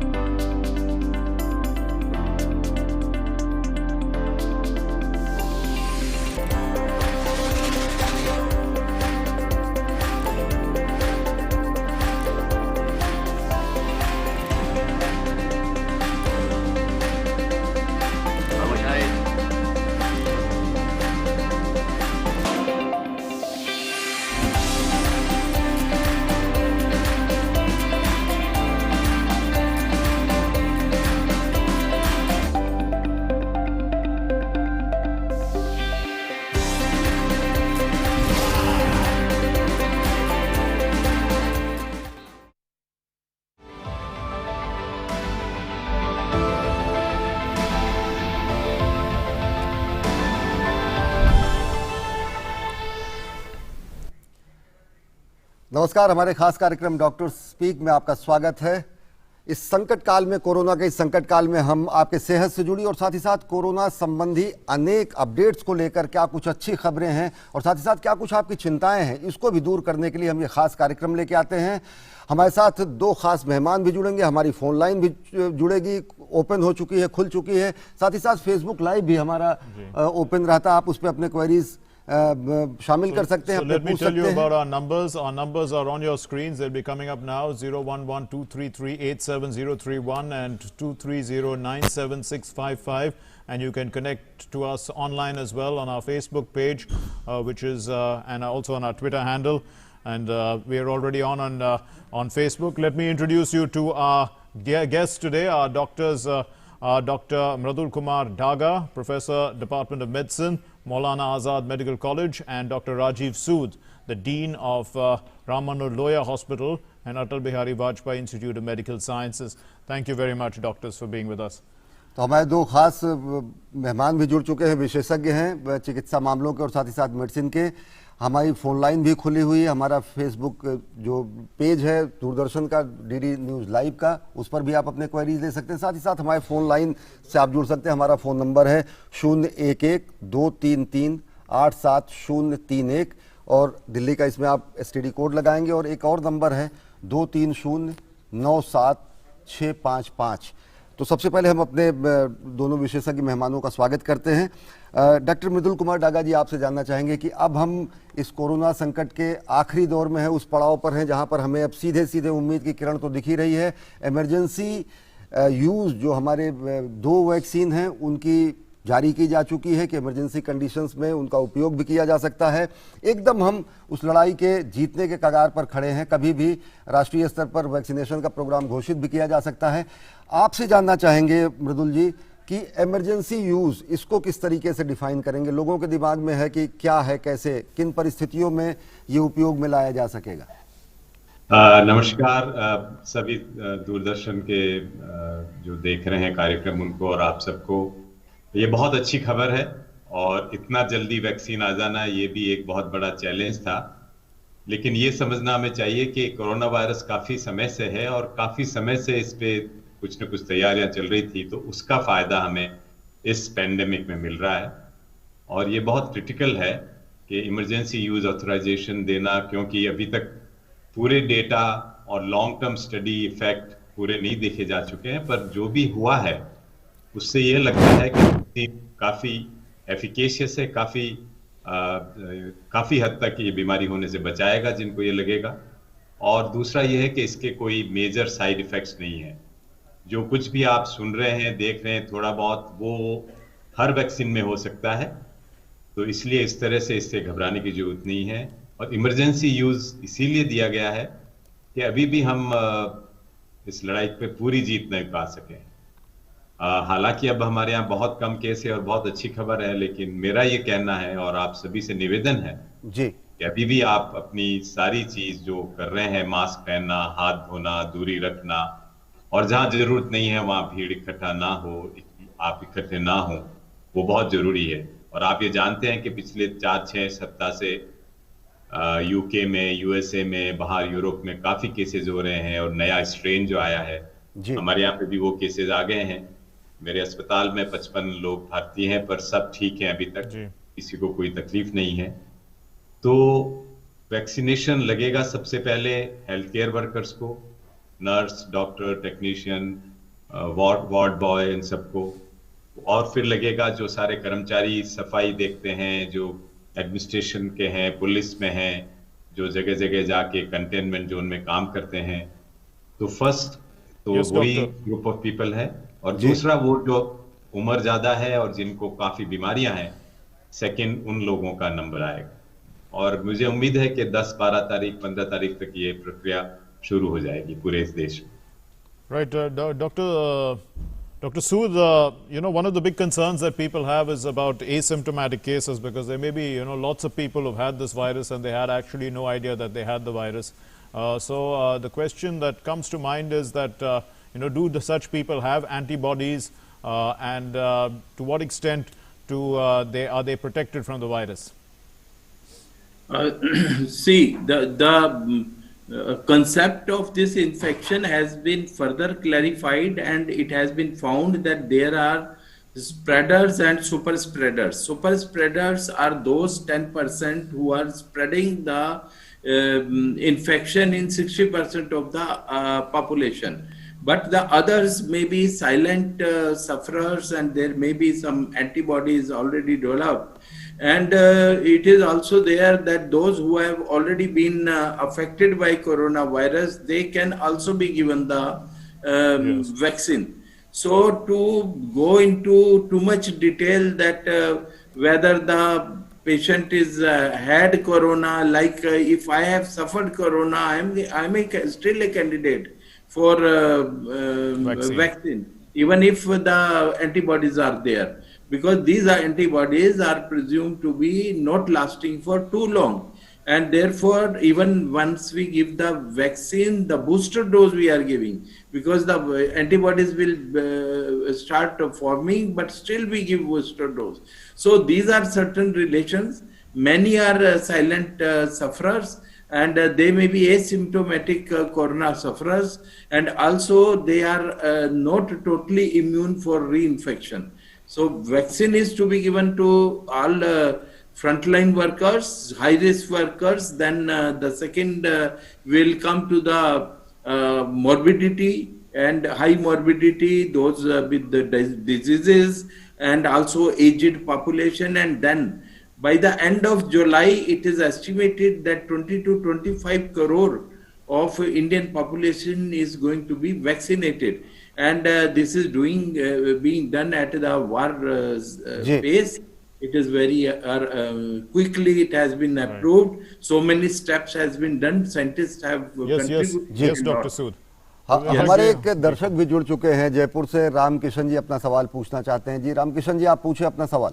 नमस्कार, मेरा क्वेश्चन ये है कि नॉर्मल में कोई वैक्सीन आती है तो उसको टेस्ट होने में, फाइनल होने में 8 से 10 साल लग जाते हैं, लेकिन जो नई वैक्सीन आई है इस महामारी को देखते हुए, ये लगभग 9 महीने में, 10 महीने में तैयार हो गई है। तो जब वैक्सीन लगा लेंगे तो इसके जो साइड इफेक्ट होंगे, जिसके ट्रायल में नॉर्मल में 8-9 साल लग जाते थे, अब क्या होंगे लंबे टाइम में? साल भर बाद में क्या साइड इफेक्ट होंगे? 6 महीने बाद में क्या होंगे? 2 साल बाद में क्या होंगे किसी आदमी के ऊपर? हाँ, ये बेहद आम सा सवाल है, हर आदमी के दिमाग में आता। क्या इसके कुछ साइड इफेक्ट्स भी होंगे? डॉक्टर साहब आप बताएं। मृदुल, देखिए, ये बिल्कुल जायज सवाल है और बिल्कुल बहुत अच्छा सवाल है। इसका आंसर 2 चीजों में है। पहला ये बताना चाहता हूं मैं कि ये कोरोना वायरस नया नहीं है। एक कोरोना वायरस SARS-2 के इन्फेक्शन जो हुआ है वो एक नया तरह का हुआ है, पर कोरोना वायरस काफी समय से है। कॉमन कोल्ड जो होता है आपको, उसमें भी कोरोना वायरस से होते हैं। तो काफी इसकी वायरस की जेनेटिक स्टडी और सारी स्टडीज काफी टाइम से चल रही है, तो इसलिए वैक्सीन डेवलप करने में इसमें हम जल्दी कर पाए, ये एक कारण है। और इसीलिए हम 9 महीने 10 महीने में एक वैक्सीन डेवलप कर पाए हैं, क्योंकि और काफी कैंडिडेट्स हैं, और अभी तो 4-5 वैक्सीन ही आप देख रहे हैं, पर अगले 6-8 महीने में हमें 15-20 वैक्सीन अवेलेबल हो जाएंगे। और देखिए long term side effect generally कम होते हैं हर वैक्सीनेशन में। सबसे जरूरी ये होता है कि इसकी एफिकेसी कितनी है, कितने % लोगों को ये प्रोटेक्ट करेगा। अगर ये 70% से ज्यादा लोगों को प्रोटेक्ट करता है तो वो वैक्सीन काफी एफिकेशियस माना जाता है, काफी ऐसा माना जाता है कि एक समर्थक है, यह सार्थक वैक्सीन हो गया है। तो लॉन्ग टर्म साइड इफेक्ट हमें नहीं मालूम है, लेकिन जो हम यूज कर रहे हैं या तो किल्ड वायरस वैक्सीन की तरह से जो कन्वेंशनली सारे वैक्सीन में यूज होता है, या जो mRNA वैक्सीन जो फाइजर और बायोटेक का है, उनमें mRNA पहली बार यूज हो रहा है, लेकिन उसमें किसी तरह की आपको ये संशय नहीं होनी चाहिए और ये नहीं सोचना चाहिए कि ये डेंजरस है। ये आपको प्रोटेक्ट करेगा, और ये कितने समय तक प्रोटेक्ट करेगा ये अभी हमें कहना मुश्किल है। यानी कि कोई साइड इफेक्ट नहीं है, किसी तरीके का कोई साइड इफेक्ट नहीं है, ये लोगों को अपने दिमाग में रखना चाहिए। वैक्सीन का कोई साइड इफेक्ट नहीं है। Right, indeed. जो मिनिमम होता है वही है जी। Dr. Daga, also there is a feeling that perhaps people have actually since our recovery rate is so high, people are wondering, to what extent is there a need for the vaccine? There are a lot of vaccine skeptics as well, but not from the point of view of reasons which are not scientific. They're basically looking at the recovery rates and saying that people are recovering. So I mean, even if I do get the virus, the high chances of recovering. So what would you say to people like that? Is it necessary to take the vaccine? I would suggest that yes, जो concept which people were talking in the beginning, and especially if people were very conscious, they must have heard about the Swedish virologist who was very dogmatic, and he said there's no need for lockdown and all that. And so this herd immunity, yes, it is there, and herd immunity may to reach to a level that the disease becomes of a minuscule proportion may take 3-4 years or 2-3 years. Okay. And even in these next 6 months or 8 months or so, if you are able to save even 1 million people or 100,000 people or 1 lakh person from succumbing to this illness by using vaccination in say 20 crores, it is worth it, because it's not going to produce any fatal side effects, and it is going to protect you. I think we all know that even today, when the flu vaccine, which is recommended every year, not even 30-40% population of the world takes it all over. All right, but we have seen that yes, those who take it and those who have chronic diseases or those who are elderly, there is a lot of protection from flu-related mortality. So it is very critical that yes, you may have antibodies, but it will boost up your existing antibodies and will protect you for a longer period. That is what it is. हमारे एक और दर्शक जुड़ गए हैं मुंबई से, शिव कुमार त्रिपाठी, आप अपना सवाल पूछें अगर हमारा संपर्क हो पाएगा। फिलहाल हमसे फेसबुक लाइव पर एक सवाल आ रहा है। हमारे दर्शक हैं आशीष रंजन, वो ये कह रहे हैं कि 5 महीने पहले मैं पॉजिटिव हुआ था, अब एकदम ठीक हूँ, फिर अगर मैं किसी अन्य व्यक्ति के संपर्क में आता हूँ तो क्या मैं पॉजिटिव दोबारा हो सकता हूँ? एक सवाल। और दूसरा एक सवाल वही है जैसा मार्क ने कहा कि क्या ठीक हुए व्यक्ति को भी वैक्सीन लेना जरूरी है? वो ये मान के चलता है कि हमारे शरीर में ऑलरेडी एंटीबॉडी है। डॉक्टर सूद देखिए, ये बात अभी हमने डिस्कस की प्रोग्राम शुरू होने पे, और अगर आपको एक बार इन्फेक्शन हो चुका है, आपकी एंटीबॉडीज बन चुकी हैं, तो भी ये एंटीबॉडी का टाइटर जो है वो टाइम के साथ नीचे जाता है। जैसे अभी डॉक्टर साहब ने बोला कि फ्लू का वैक्सीन आप हर साल लेते हैं तो ये एंटीबॉडीज बनती हैं, एंटीबॉडीज कम हो जाती हैं। कुछ वैक्सीन हैं जिनकी लाइफ लॉन्ग प्रोटेक्शन होती थी, पहले हम लोगों ने ऐसे भी पेंडेमिक्स को रोका है। दूसरा क्वेश्चन ये है कि ये जो इन्फेक्शन हो चुका है और एंटीबॉडीज बन चुकी हैं, उनका टाइटर ड्विंडलिंग है, वो कम हो रहा है। और जैसा डॉक्टर साहब ने भी अभी बोला कि अगर हम वैक्सीन लेते हैं तो उससे जितनी एंटीबॉडी है वो और बूस्ट होती Actually, है। sir, Dr. Sood, I think the concern is about whether, the person who has antibodies should take only 1 dose or 2 doses, because, they already have antibodies. The first dose in any case for a person is to build the antibodies. The booster dose is to make them stronger. So should they just take the booster dose? I'll tell you that this is the whatever is going on is a phase 3 trial. And in the phase 3 trials, these relaxations are not given. And we reach to the end results only after the schedule is strictly followed. If you have to take 2 doses as per the trial protocol, you have to take 2. In fact, Shiv Kumar Tripathi has been waiting on the call line. He's called in again. Tripathi ji, आप अपना सवाल पूछिए, please. Vaccine कब तक आएगी market में sir? Market में कब तक वैक्सीन आएगी ये पूछ रहे हैं। खैर फिलहाल सरकार ने कहा कि वैक्सीन सबको फ्री लगेगी। हाँ, पर ये जरूर है कि मार्केट में कब पूछ रहा हूँ। ये जरूर है कि मैं कहना चाहूंगा कि अप्रैल के बाद मार्केट में भी अवेलेबल हो सकती है। जिस तरह से नंबर ऑफ डोजेज बन रहे हैं, मार्केट में भी अवेलेबल हो सकती है। लेकिन सरकार तो व्यवस्था कर रही है काफी लोगों को फ्री देने की, तो आपको ये भी देखना। But Dr. Daga, और मैं डॉक्टर सूद के जवाब दे रहे थे उसमें ये कहना चाहूंगा कि फ्लू वैक्सीन हर साल हम जब लगाते हैं तो उसमें ये भी होता है कि कुछ मॉडिफिकेशन होता है उस वैक्सीन में, क्योंकि नए नए वायरस आते रहते हैं, नए नए तरह का म्यूटेशन होता रहता है। तो इसलिए ये कोई गारंटी नहीं है कि आपको एक बार हो गया कोविड तो वापस नहीं होगा। स्ट्रेन जो नए स्ट्रेन जैसे यूके में है वगैरह, उसके कारण आपको हो सकता है वापस भी कोविड हो जाए। तो ये एक बड़ा चैलेंज है और इसलिए वैक्सीन भी हर साल सेम नहीं होता है। वैक्सीन थोड़ा अपग्रेड होता रहता है, चेंज होता रहता है डिपेंडिंग ऑन किस तरह का वायरस बिहेव कर रहा है जी। तो ये बहुत जरूरी है, पर हमें कोविड के बारे में अभी इसके बारे में समय लगेगा पूरा जानने के लिए जी। और ये इमरजेंसी यूज है, हमें ये याद करना है, इमरजेंसी यूज ऑथराइजेशन हुआ है अभी स्टडीज चलती रहेगी और अगर कुछ लगेगा मेजर के किसी में प्रॉब्लम है तो जरूर वो सब को बताया जाएगा और वैक्सीन को कुछ समय के लिए किसी पर्टिकुलर वैक्सीन को रोका भी जा सकता है अगर नहीं हो सकता जी। डॉक्टर राजीव सूद और मृदुल कुमार जी, आप हमारे साथ बने रहे। हम अपने दर्शकों को मार के एक और अच्छी खबर दे दें कि भारत ने कोरोना वायरस के नए स्ट्रेन को कल्चर कर लिया है और आइसोलेट भी कर लिया है। नेशनल इंस्टीट्यूट ऑफ वायरोलॉजी यानी पुणे की जो इंस्टीट्यूट है वहां पर ये उपलब्धि हासिल की गई है और ये जो है ब्रिटेन से ही आए हुए एक यात्री को उससे सैंपल इकट्ठा किया गया। इसके पहले भी जो वैक्सीन अभी तैयार होकर आ रही है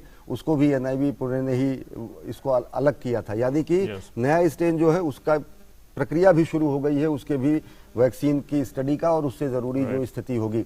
डॉक्टर सूद, आपसे जानना चाहेंगे, जिस तरीके से लोगों के मन में एक भय है कि ब्रिटेन में एक नया स्ट्रेन आया और जिस तरीके से वो और ज़्यादा स्प्रेड होने की कंडीशन में है या ज़्यादा आसान तरीके से वो फैलता है, भारत में स्थितियों को देखते हुए क्या स्थिति आपको दिखती है? दूसरे, वर्तमान जो वैक्सीन बन के एकदम तैयार है वो कितनी प्रभावशाली है अब तक के साइंटिफिक रिकॉर्ड्स या बयानों के हिसाब से?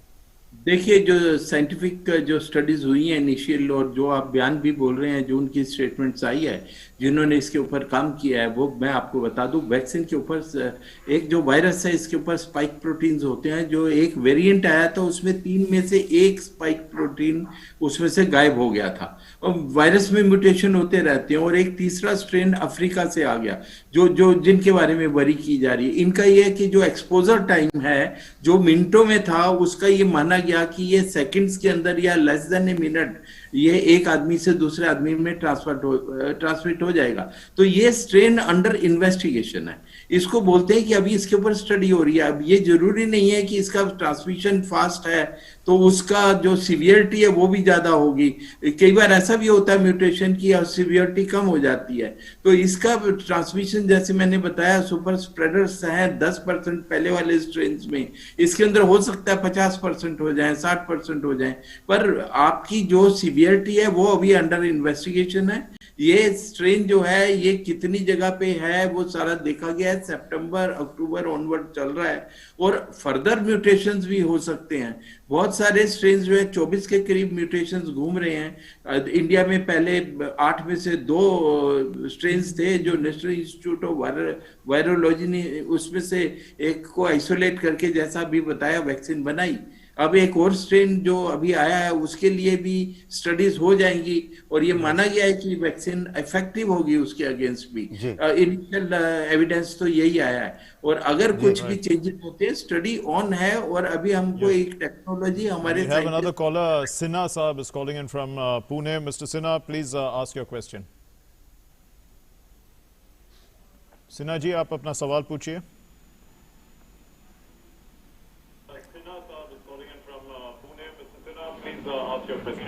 सर मेरा एज 83 ईयर्स है। हाँ सर, मेरा एज 83 ईयर्स है। अपना टेलीविजन मैं और मेरी मिसेस सर अकेले रहते हैं पुणे में। तो हमें ये पूछना है सर, वॉल्यूम कम किया सर। मैं और मेरी मिसेस अकेले रहते हैं पुणे में। हमें पूछना है हम क्या करें सर? वो इंजेक्शन कैसे ले सर? इंजेक्शन कैसे ले सर? कहाँ से क्या करना पड़ेगा? हमें तो कुछ आता नहीं है सर। तो कौन रजिस्ट्रेशन करा देगा, कौन क्या करा देगा? जी जी, ये पूछना है। अगर और मुझे सर ब्रोंकाइटिस और वो है सर एस्मा।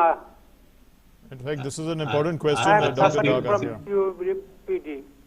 सिन्हा साहब, आप सुनिए, ऐसा है कि आपको बीमारी भी है और आपकी उम्र भी शायद ज्यादा है, तो आपको तो ये वैक्सीन जल्दी मिलेगा।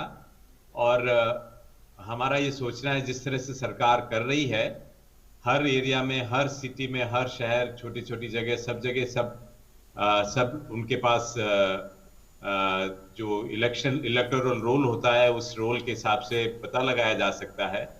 और जरूर सरकार कुछ अखबार में इसके बारे में इश्तिहार निकालेगी, टीवी पे निकालेगी और अभी आप लोग रजिस्टर कर सकते हैं। पर अभी हो सकता है इसमें आपका नंबर आने में 1-2 महीने लगे, जैसा मैं उम्मीद करता हूं। जी, और जिस तरीके का भी खबरें हैं कि जो फ्रंटलाइन वर्कर्स हैं या कोविड वॉरियर्स हैं, उनके अलावा जो जिनको बीमारी है और जो बुजुर्ग हैं उनको सबसे ज्यादा प्रायोरिटी दी जाएगी। बुजुर्गों को दी जाएगी। Some of these people are housebound. They cannot come out to the to a booth to get the vaccine done. Is it possible that they can actually the vaccine can be administered in their home, Dr. Daga? Yes, I think that's a very good question, and I think we would suggest to the government and we would think about it, because like Anganwadi workers and all that, where they go home by home, these ASHA workers, it can certainly be, and I think that should be on the plan. As of now, I am not aware of it, but yes, this can always be put forward. जी, doctor साहब, आपसे जानना चाहेंगे कि मृदुल कुमार डागा जी की अभी लोगों की जो क्वेरीज हैं उसके बीच ये सब चीजें दिखती हैं कि लोगों के दिमाग में या राजनीतिक क्षुद्र मानसिकता के हिसाब से या फिर अन्य जो भी वेस्टेड इंटरेस्ट है, वैक्सीन पर भी टीका टिप्पणी हो रही है। पॉलिटिकली हम नहीं कर रहे, लेकिन लोगों को भ्रमित भी करने की कोशिश की जा रही। कितने स्पष्ट शब्दों में आप कहेंगे कि किसी तरीके का कोई भ्रम नहीं होनी चाहिए, दवा है, वैक्सीन पूरी तरह सुरक्षित है और किसी तरीके का उसमें इंग्रेडिएंट्स को भी लेके किसी तरीके का माल फंक्शनिंग नहीं? देखिए, मैं 2 बात कहना चाहूंगा इसमें कि जहां तक लॉन्ग टर्म, लंबे समय तक इसकी कोई साइड इफेक्ट नहीं होगा, उसकी हमें जानकारी अभी नहीं है। लेकिन जैसा अमूमन सारे वैक्सीन में होता है, अगर इमीडिएट साइड इफेक्ट और कुछ दिनों में नहीं होता है तो फिर उसके साइड इफेक्ट्स लॉन्ग टर्म बहुत कम होते हैं, बहुत रेयर होते हैं। नहीं, साइड इफेक्ट से अलग वो जो अलग अलग बयानबाजी होती रहती है मीडिया में, मैं उनकी बात कर रहा हूं कि ये नहीं लगाएंगे, वो नहीं लगाएंगे, उन पे आप एक स्पष्ट राय दें। हाँ, तो इसलिए इमरजेंसी यूज ऑथराइजेशन का मतलब ही यह है कि उस पर बहुत क्लोजली वॉच किया जाएगा। और जो भारत में 2 वैक्सीन अभी इमरजेंसी यूज ऑथराइजेशन के लिए किए हैं, कोविशील्ड जो कि ऑक्सफोर्ड एस्ट्राजेनेका वैक्सीन है, उसके तो काफी डेटा और सब अवेलेबल है, तो उसमें कोई डाउट नहीं है। जो भारत में बन रहा है भारत बायोटेक का कोवैक्सीन में, उसके भी रिजल्ट्स 2-3 सप्ताह में जो आने चाहिए आ जाएंगे सारे। तो वो अभी वैसे भी सरकार अभी एकदम उस वैक्सीन को शुरू नहीं कर रही है, अभी केवल ऑक्सफोर्ड एस्ट्राजेनेका वैक्सीन ही लगाने वाली है। तो कोई भी संशय डाउट दिमाग में नहीं रहना चाहिए जी। और वैक्सीन जरूर लेना चाहिए जिसको भी ये सुविधा प्रदान की जाती है, क्योंकि इससे बचना है हमें और आसपास के लोगों को भी हमें बचाना है। जी। मैं इसमें ऐड करना चाहूंगा कि प्लीज मैं ये ऐड करूंगा, जिस तरह से आपने कहा पॉलिटिकल अगर कोई भ्रांति है या लोगों में है कुछ, इसके बारे में बिल्कुल क्लियर बात है। ये फेज 3 ट्रायल है और इसके अंदर बिना कंसेंट के किसी को जबरदस्ती वैक्सीन नहीं लगाई जा रही। ये हमेशा कंसेंट ली जाती है और कंसेंट लेने में गाइड कर सकते हैं और पूरी तरह से उनको आश्वस्त किया गया है कि फेज 1, 2 जो भी हमारे रिजल्ट्स आए हैं, जो number of thousands of cases के अंदर, उसके अंदर कोई सीवियर एडवर्स रिएक्शन नहीं हुआ है। अगर सीवियर एडवर्स रिएक्शन कई तरह के होते हैं कि वैक्सीन साइट पे थोड़ी लाली आ गई, या दूसरा होता है कि थोड़ी दर्द हो गई या हल्का सा बुखार आ गया। एक होता है कि बहुत सीवियर कोई कॉम्प्लिकेशन हुई और डेथ को भी सीवियर एडवर्स इफेक्ट बोलते हैं।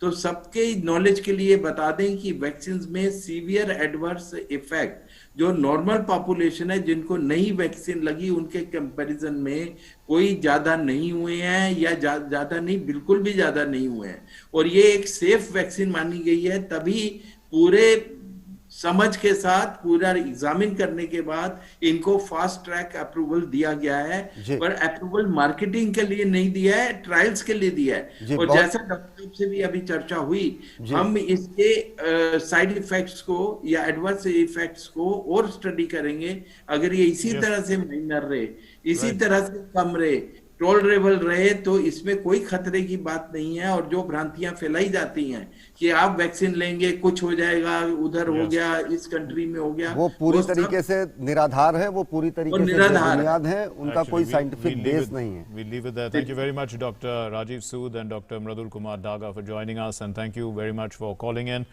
So there are absolutely no concerns that people should have. The government has taken all security and safety measures, and looking at the efficacy also only of this, these are the top priorities of the vaccine, and only then have they been rolled out and given authorization. Thanks very much for watching. हाँ, निश्चिंत रहे, निर्द्वंद रहे, पूरी तरीके से safe है vaccine, और जब भी राष्ट्रीय स्तर पर टीकाकरण होता है तो उसमें सब तेजी से शामिल हो, तभी हराया जा सकेगा इस महामारी को। बहुत बहुत शुक्रिया।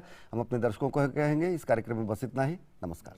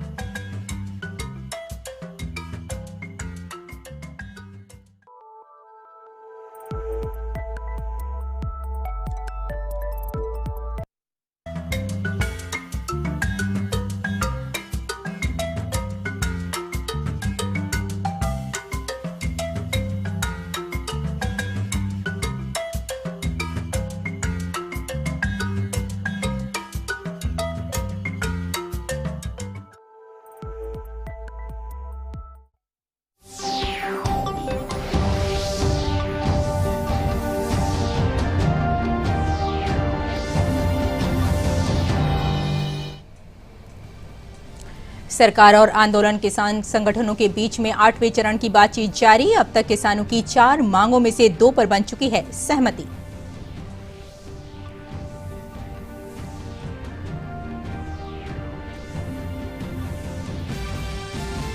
प्रधानमंत्री नरेंद्र मोदी ने कहा, भारत में बने उत्पादों की होनी चाहिए वैश्विक मांग के साथ साथ वैश्विक स्वीकार्यता।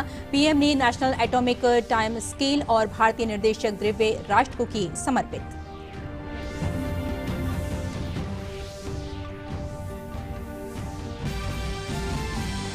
केंद्रीय स्वास्थ्य मंत्री डॉक्टर हर्षवर्धन ने कोविशील्ड और कोवैक्सीन पर उठ रहे सवालों पर दिया जवाब। कहा, दोनों वैक्सीन के आपात इस्तेमाल का लाइसेंस अलग अलग मानकों के आधार पर जारी किए गए। कहा, वैक्सीन के नाम पर भ्रम फैलाकर विपक्ष कर रहा है देशवासियों को नुकसान।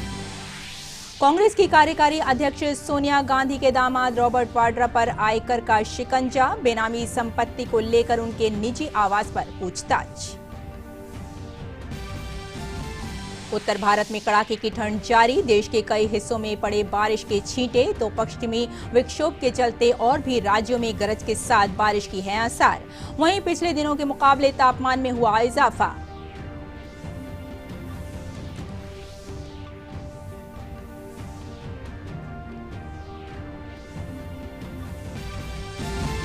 और कोविड नियमों का उल्लंघन करने का आरोपों से घिरे 5 खिलाड़ी सहित पूरी टीम कोरोना के परीक्षण रिपोर्ट में आई नेगेटिव। सिडनी में 7 जनवरी को ऑस्ट्रेलिया और भारत के बीच होना है तीसरा टेस्ट मैच।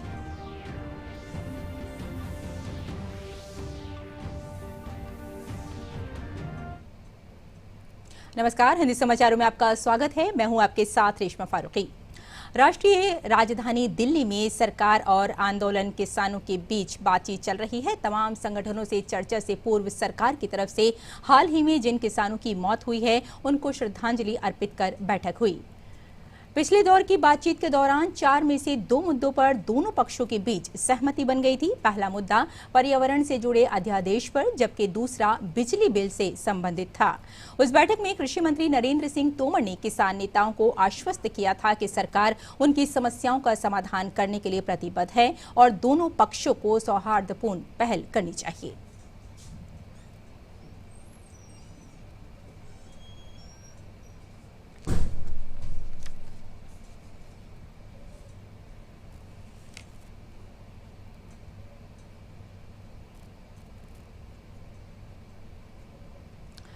ताज़ा अपडेट के लिए अपने संवाददाता शैलेंद्र मिश्र के साथ जुड़ते हैं, उनसे बातचीत करते हैं। शैलेंद्र, सरकार और आंदोलनरत किसानों के बीच इस वक्त बातचीत चल रही है। कृषि मंत्री ने कहा था कि आज की जो बैठक होगी वो काफी सकारात्मक माहौल में होगी, क्या कहेंगे आप?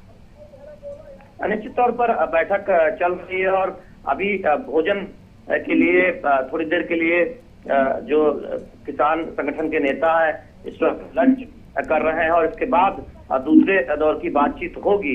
हम जानते हैं कि आज जिन 2 मुद्दों पर बातचीत हो रही है उसमें 3 कृषि कानूनों को लेकर जो किसानों की जो आपत्तियां हैं और दूसरी एमएसपी को लीगल गारंटी देने की जो एक मांग है, ये 2 मुद्दे हैं जिन पर दरअसल किसान संगठनों ने बातचीत की मांग रखी है। लेकिन ऐसे में हम जानते हैं कि जो पिछली बैठक हुई थी उसमें 2 महत्वपूर्ण मुद्दों पर एक सहमति बनी थी, चाहे वो यहाँ पराली जलाने से जुड़ा मुद्दा हो या फिर जो दूसरा मुद्दा है प्रस्तावित विद्युत अधिनियम को लेकर, उस पर किसानों और सरकार के बीच एक सहमति बनी थी और सकारात्मक माहौल में वो बैठक खत्म हुई थी। आज इन 2 मुद्दों पर क्या सहमति होती है, क्योंकि सरकार ने कहा है कि वो बिंदुवार चर्चा को तैयार है। जो कृषि कानूनों में जो तमाम प्रावधान है जिनको लेकर किसानों के बीच एक थम फैलाने की कोशिश की गई है या फिर किसानों को आपत्तियां, वो तथ्यों के आधार पर देखें कि आखिर इन कानूनों में क्या कमियां हैं, उस पर वो क्या सुधार चाहते हैं, न कि जो एक भ्रम फैलाने की जो एक कोशिश हुई है उस आधार पर। तो निश्चित तौर पर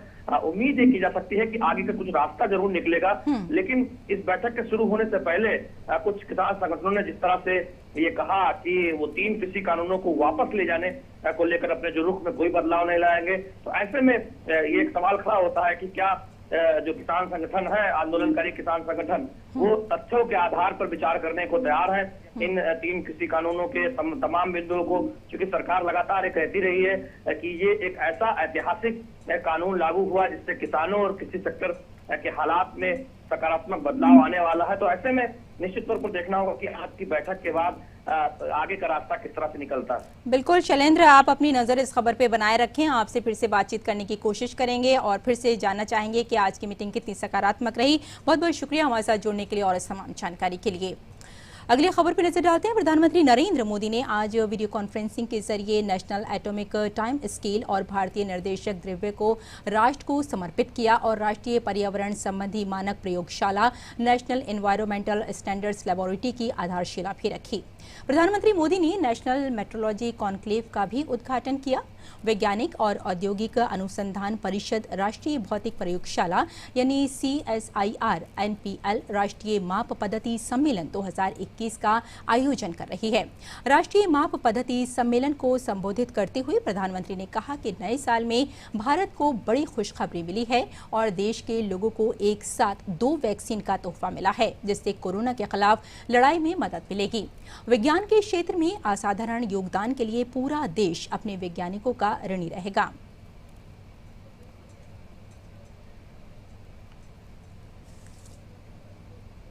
और आइए आपको सीधे लिए चलते हैं इस वक्त बीजेपी के हेडक्वार्टर, जहां इस वक्त केंद्रीय मंत्री समित पात्रा वीडियो कॉन्फ्रेंसिंग कर रहे हैं। बाहरी लोगों को होगा, इससे हानि किसको होगा?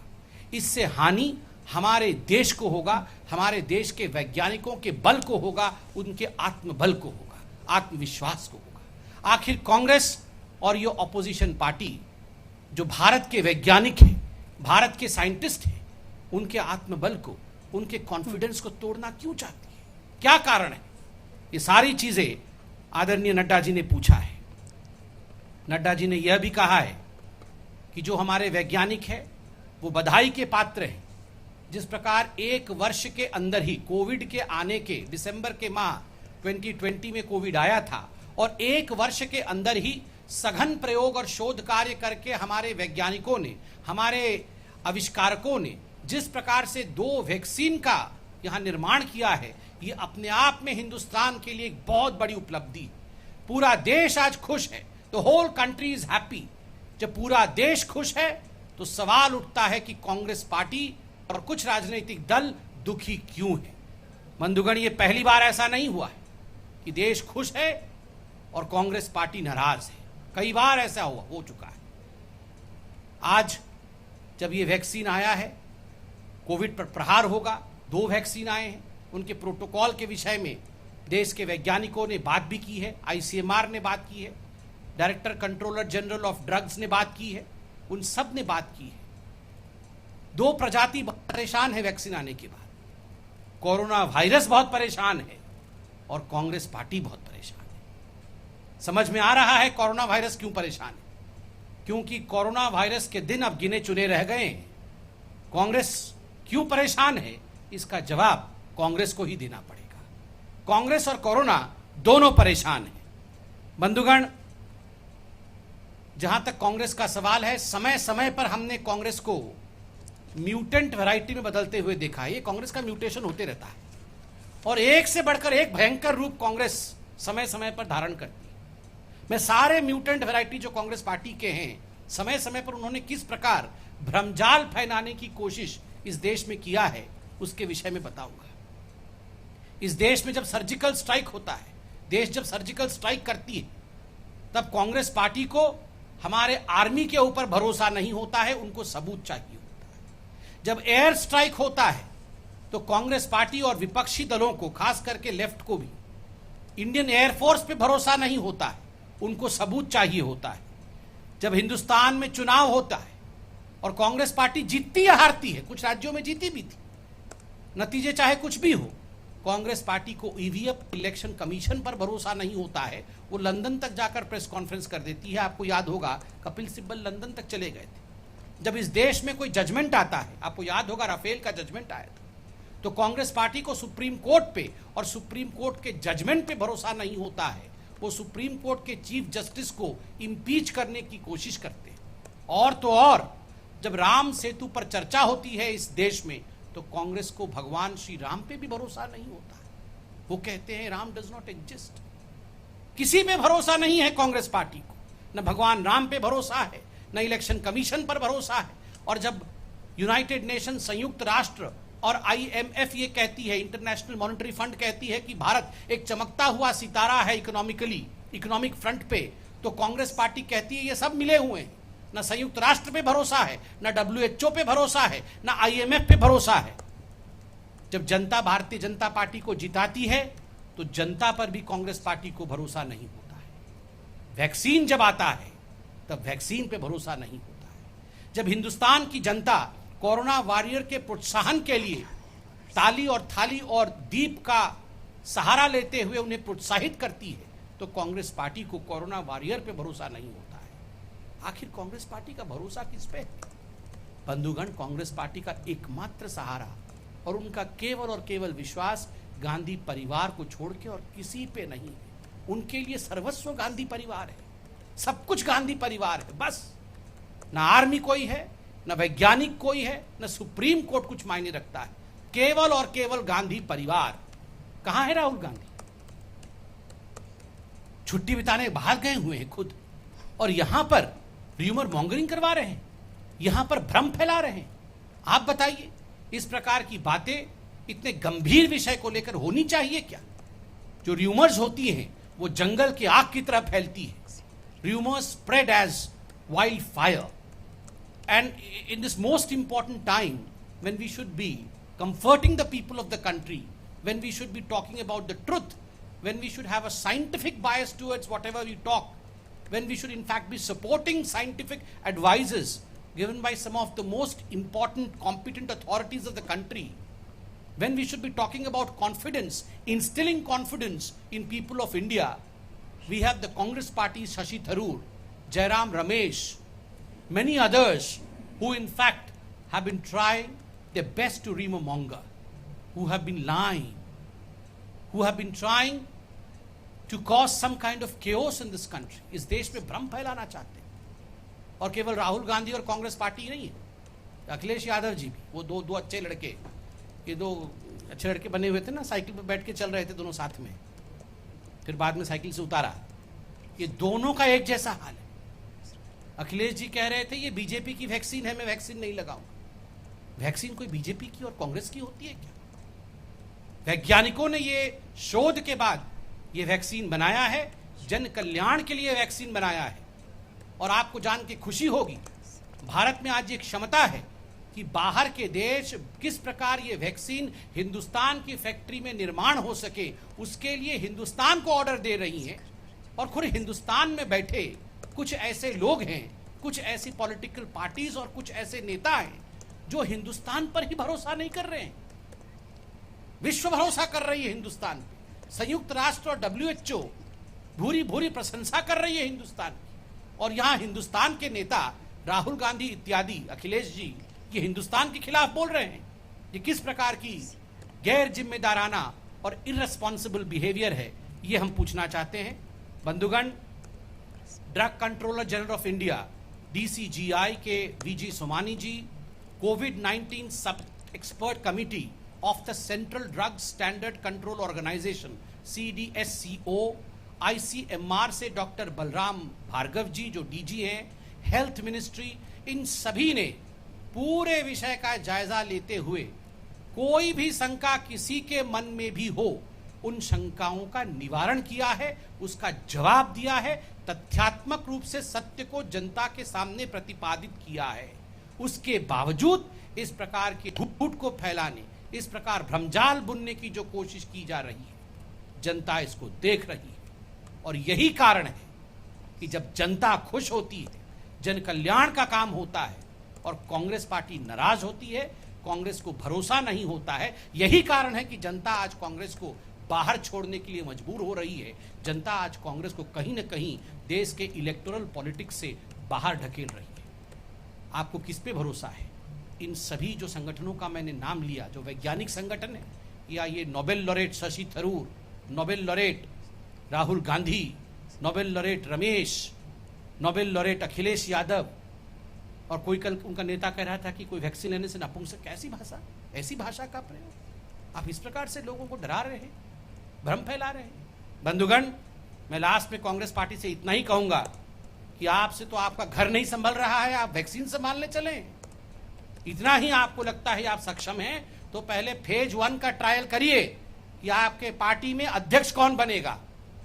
20 लोग कुल मिला के वो कांग्रेस नॉन वर्किंग कमेटी में है, तो 20 लोगों में भी उनका फेज 1 का ट्रायल अभी तक कंप्लीट नहीं हो पाया है. मैं आज आपको लिख के दे रहा हूं, वैक्सीन आ गया है, कोविड समाप्त हो जाएगा, ये दिन भी हम देखेंगे, अच्छा दिन ये भी देखेंगे.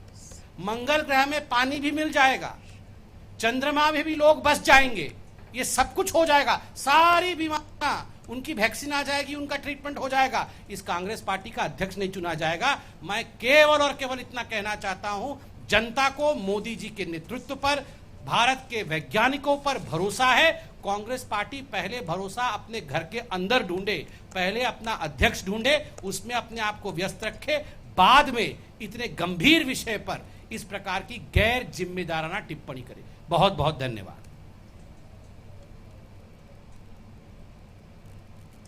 बीजेपी के प्रवक्ता संबित पात्रा बीजेपी हेडक्वार्टर से प्रेस वार्ता कर रहे थे और बता रहे थे कि कांग्रेस को किसी भी बात पर भरोसा नहीं है, ना कोरोना वैक्सीन पर और ना ही इलेक्शन कमीशन पर उसको भरोसा है।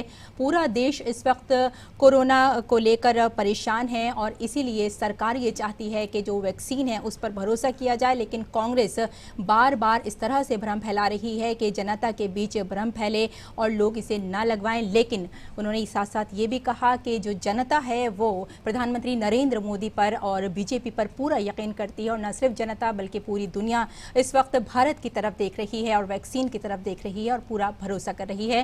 कांग्रेस को चाहिए कि वो न सिर्फ इस पर भरोसा करे बल्कि वो भी आगे आए और इस पर पूरी तरह से जनता के साथ पूरी तरह से बातचीत करे। फिलहाल अगली खबर पर नजर डाल लेते हैं।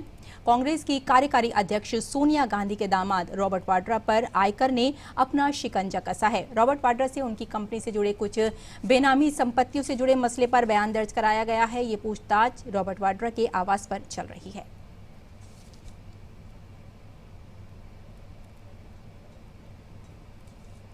और इस खबर पर ताजा अपडेट के लिए जुड़ते हैं अपने संवाददाता नीरज सिंह से।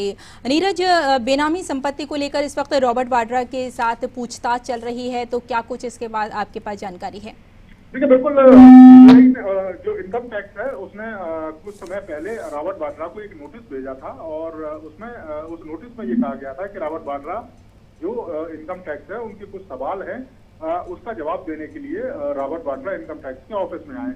लेकिन कोरोना काल के चलते रॉबर्ट वाड्रा ने आने से इनकार किया था और जो इनकम टैक्स का जो संबंध था वो भी उन्होंने नहीं लिया था। उसके बाद इनकम टैक्स डिपार्टमेंट की जो एक टीम है वो सुखदेव बिहार स्थित रॉबर्ट वाड्रा के जो ऑफिस है वहां पर पहुंची है और उनसे स्टेटमेंट लिया जा रहा है बेनामी संपत्ति को लेकर, क्योंकि इनकम टैक्स डिपार्टमेंट के पास कई सारी जानकारियां हैं संपत्तियों को लेकर, चाहे वो बीकानेर में संपत्ति ली गई हो, इसके अलावा जो उनकी कंपनी है स्काईलाइट हॉस्पिटलिटी उसने भी बड़े पैमाने पर जो जमीनें हैं वो खरीदी है, पंचकुला है, इसके अलावा हरियाणा में भी कई जगह हैं।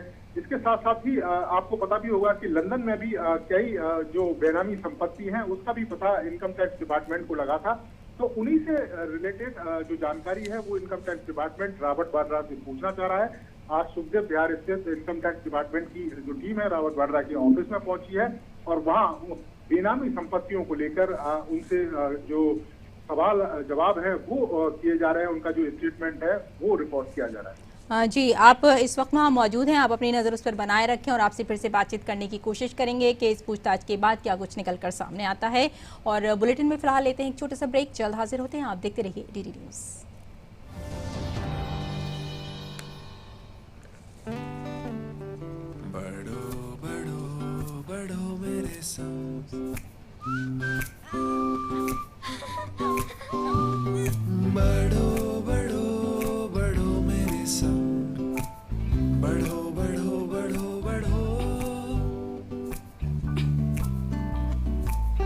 कुछ इसी तरह बच्चों के साथ साथ बढ़ते हैं LIC के चिल्ड्रंस प्लान्स, जो दे आकर्षक भुगतान बच्चों की हर बढ़ती अवस्था में।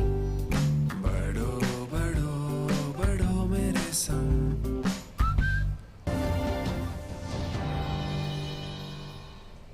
ब्रेक के बाद एक बार फिर आपका स्वागत है।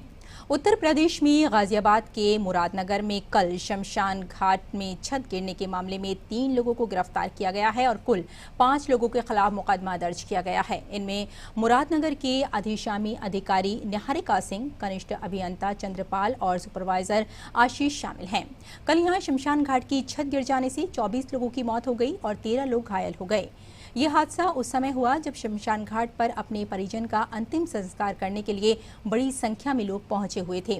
मुख्यमंत्री योगी आदित्यनाथ ने घटना पर दुख व्यक्त किया है और मृतकों के परिजन को 2-2 लाख रुपए की आर्थिक सहायता देने का ऐलान किया है। मुख्यमंत्री ने मेरठ मंडल के आयुक्त और जोन के पुलिस अपर महानिदेशक के हादसे की जाँच करने और विस्तृत रिपोर्ट देने को कहा है। उत्तर भारत में ठंड का प्रकोप जारी है। ऐसे में कल दिल्ली सहित उत्तर प्रदेश, हरियाणा और राजस्थान के कई इलाकों में हुई बारिश ने ठिठुरन को बढ़ा दिया है। मौसम विभाग ने आज भी उत्तर पूर्व राजस्थान, हरियाणा, दिल्ली और पश्चिमी उत्तर प्रदेश के सटे इलाकों में बारिश का अनुमान जताया है।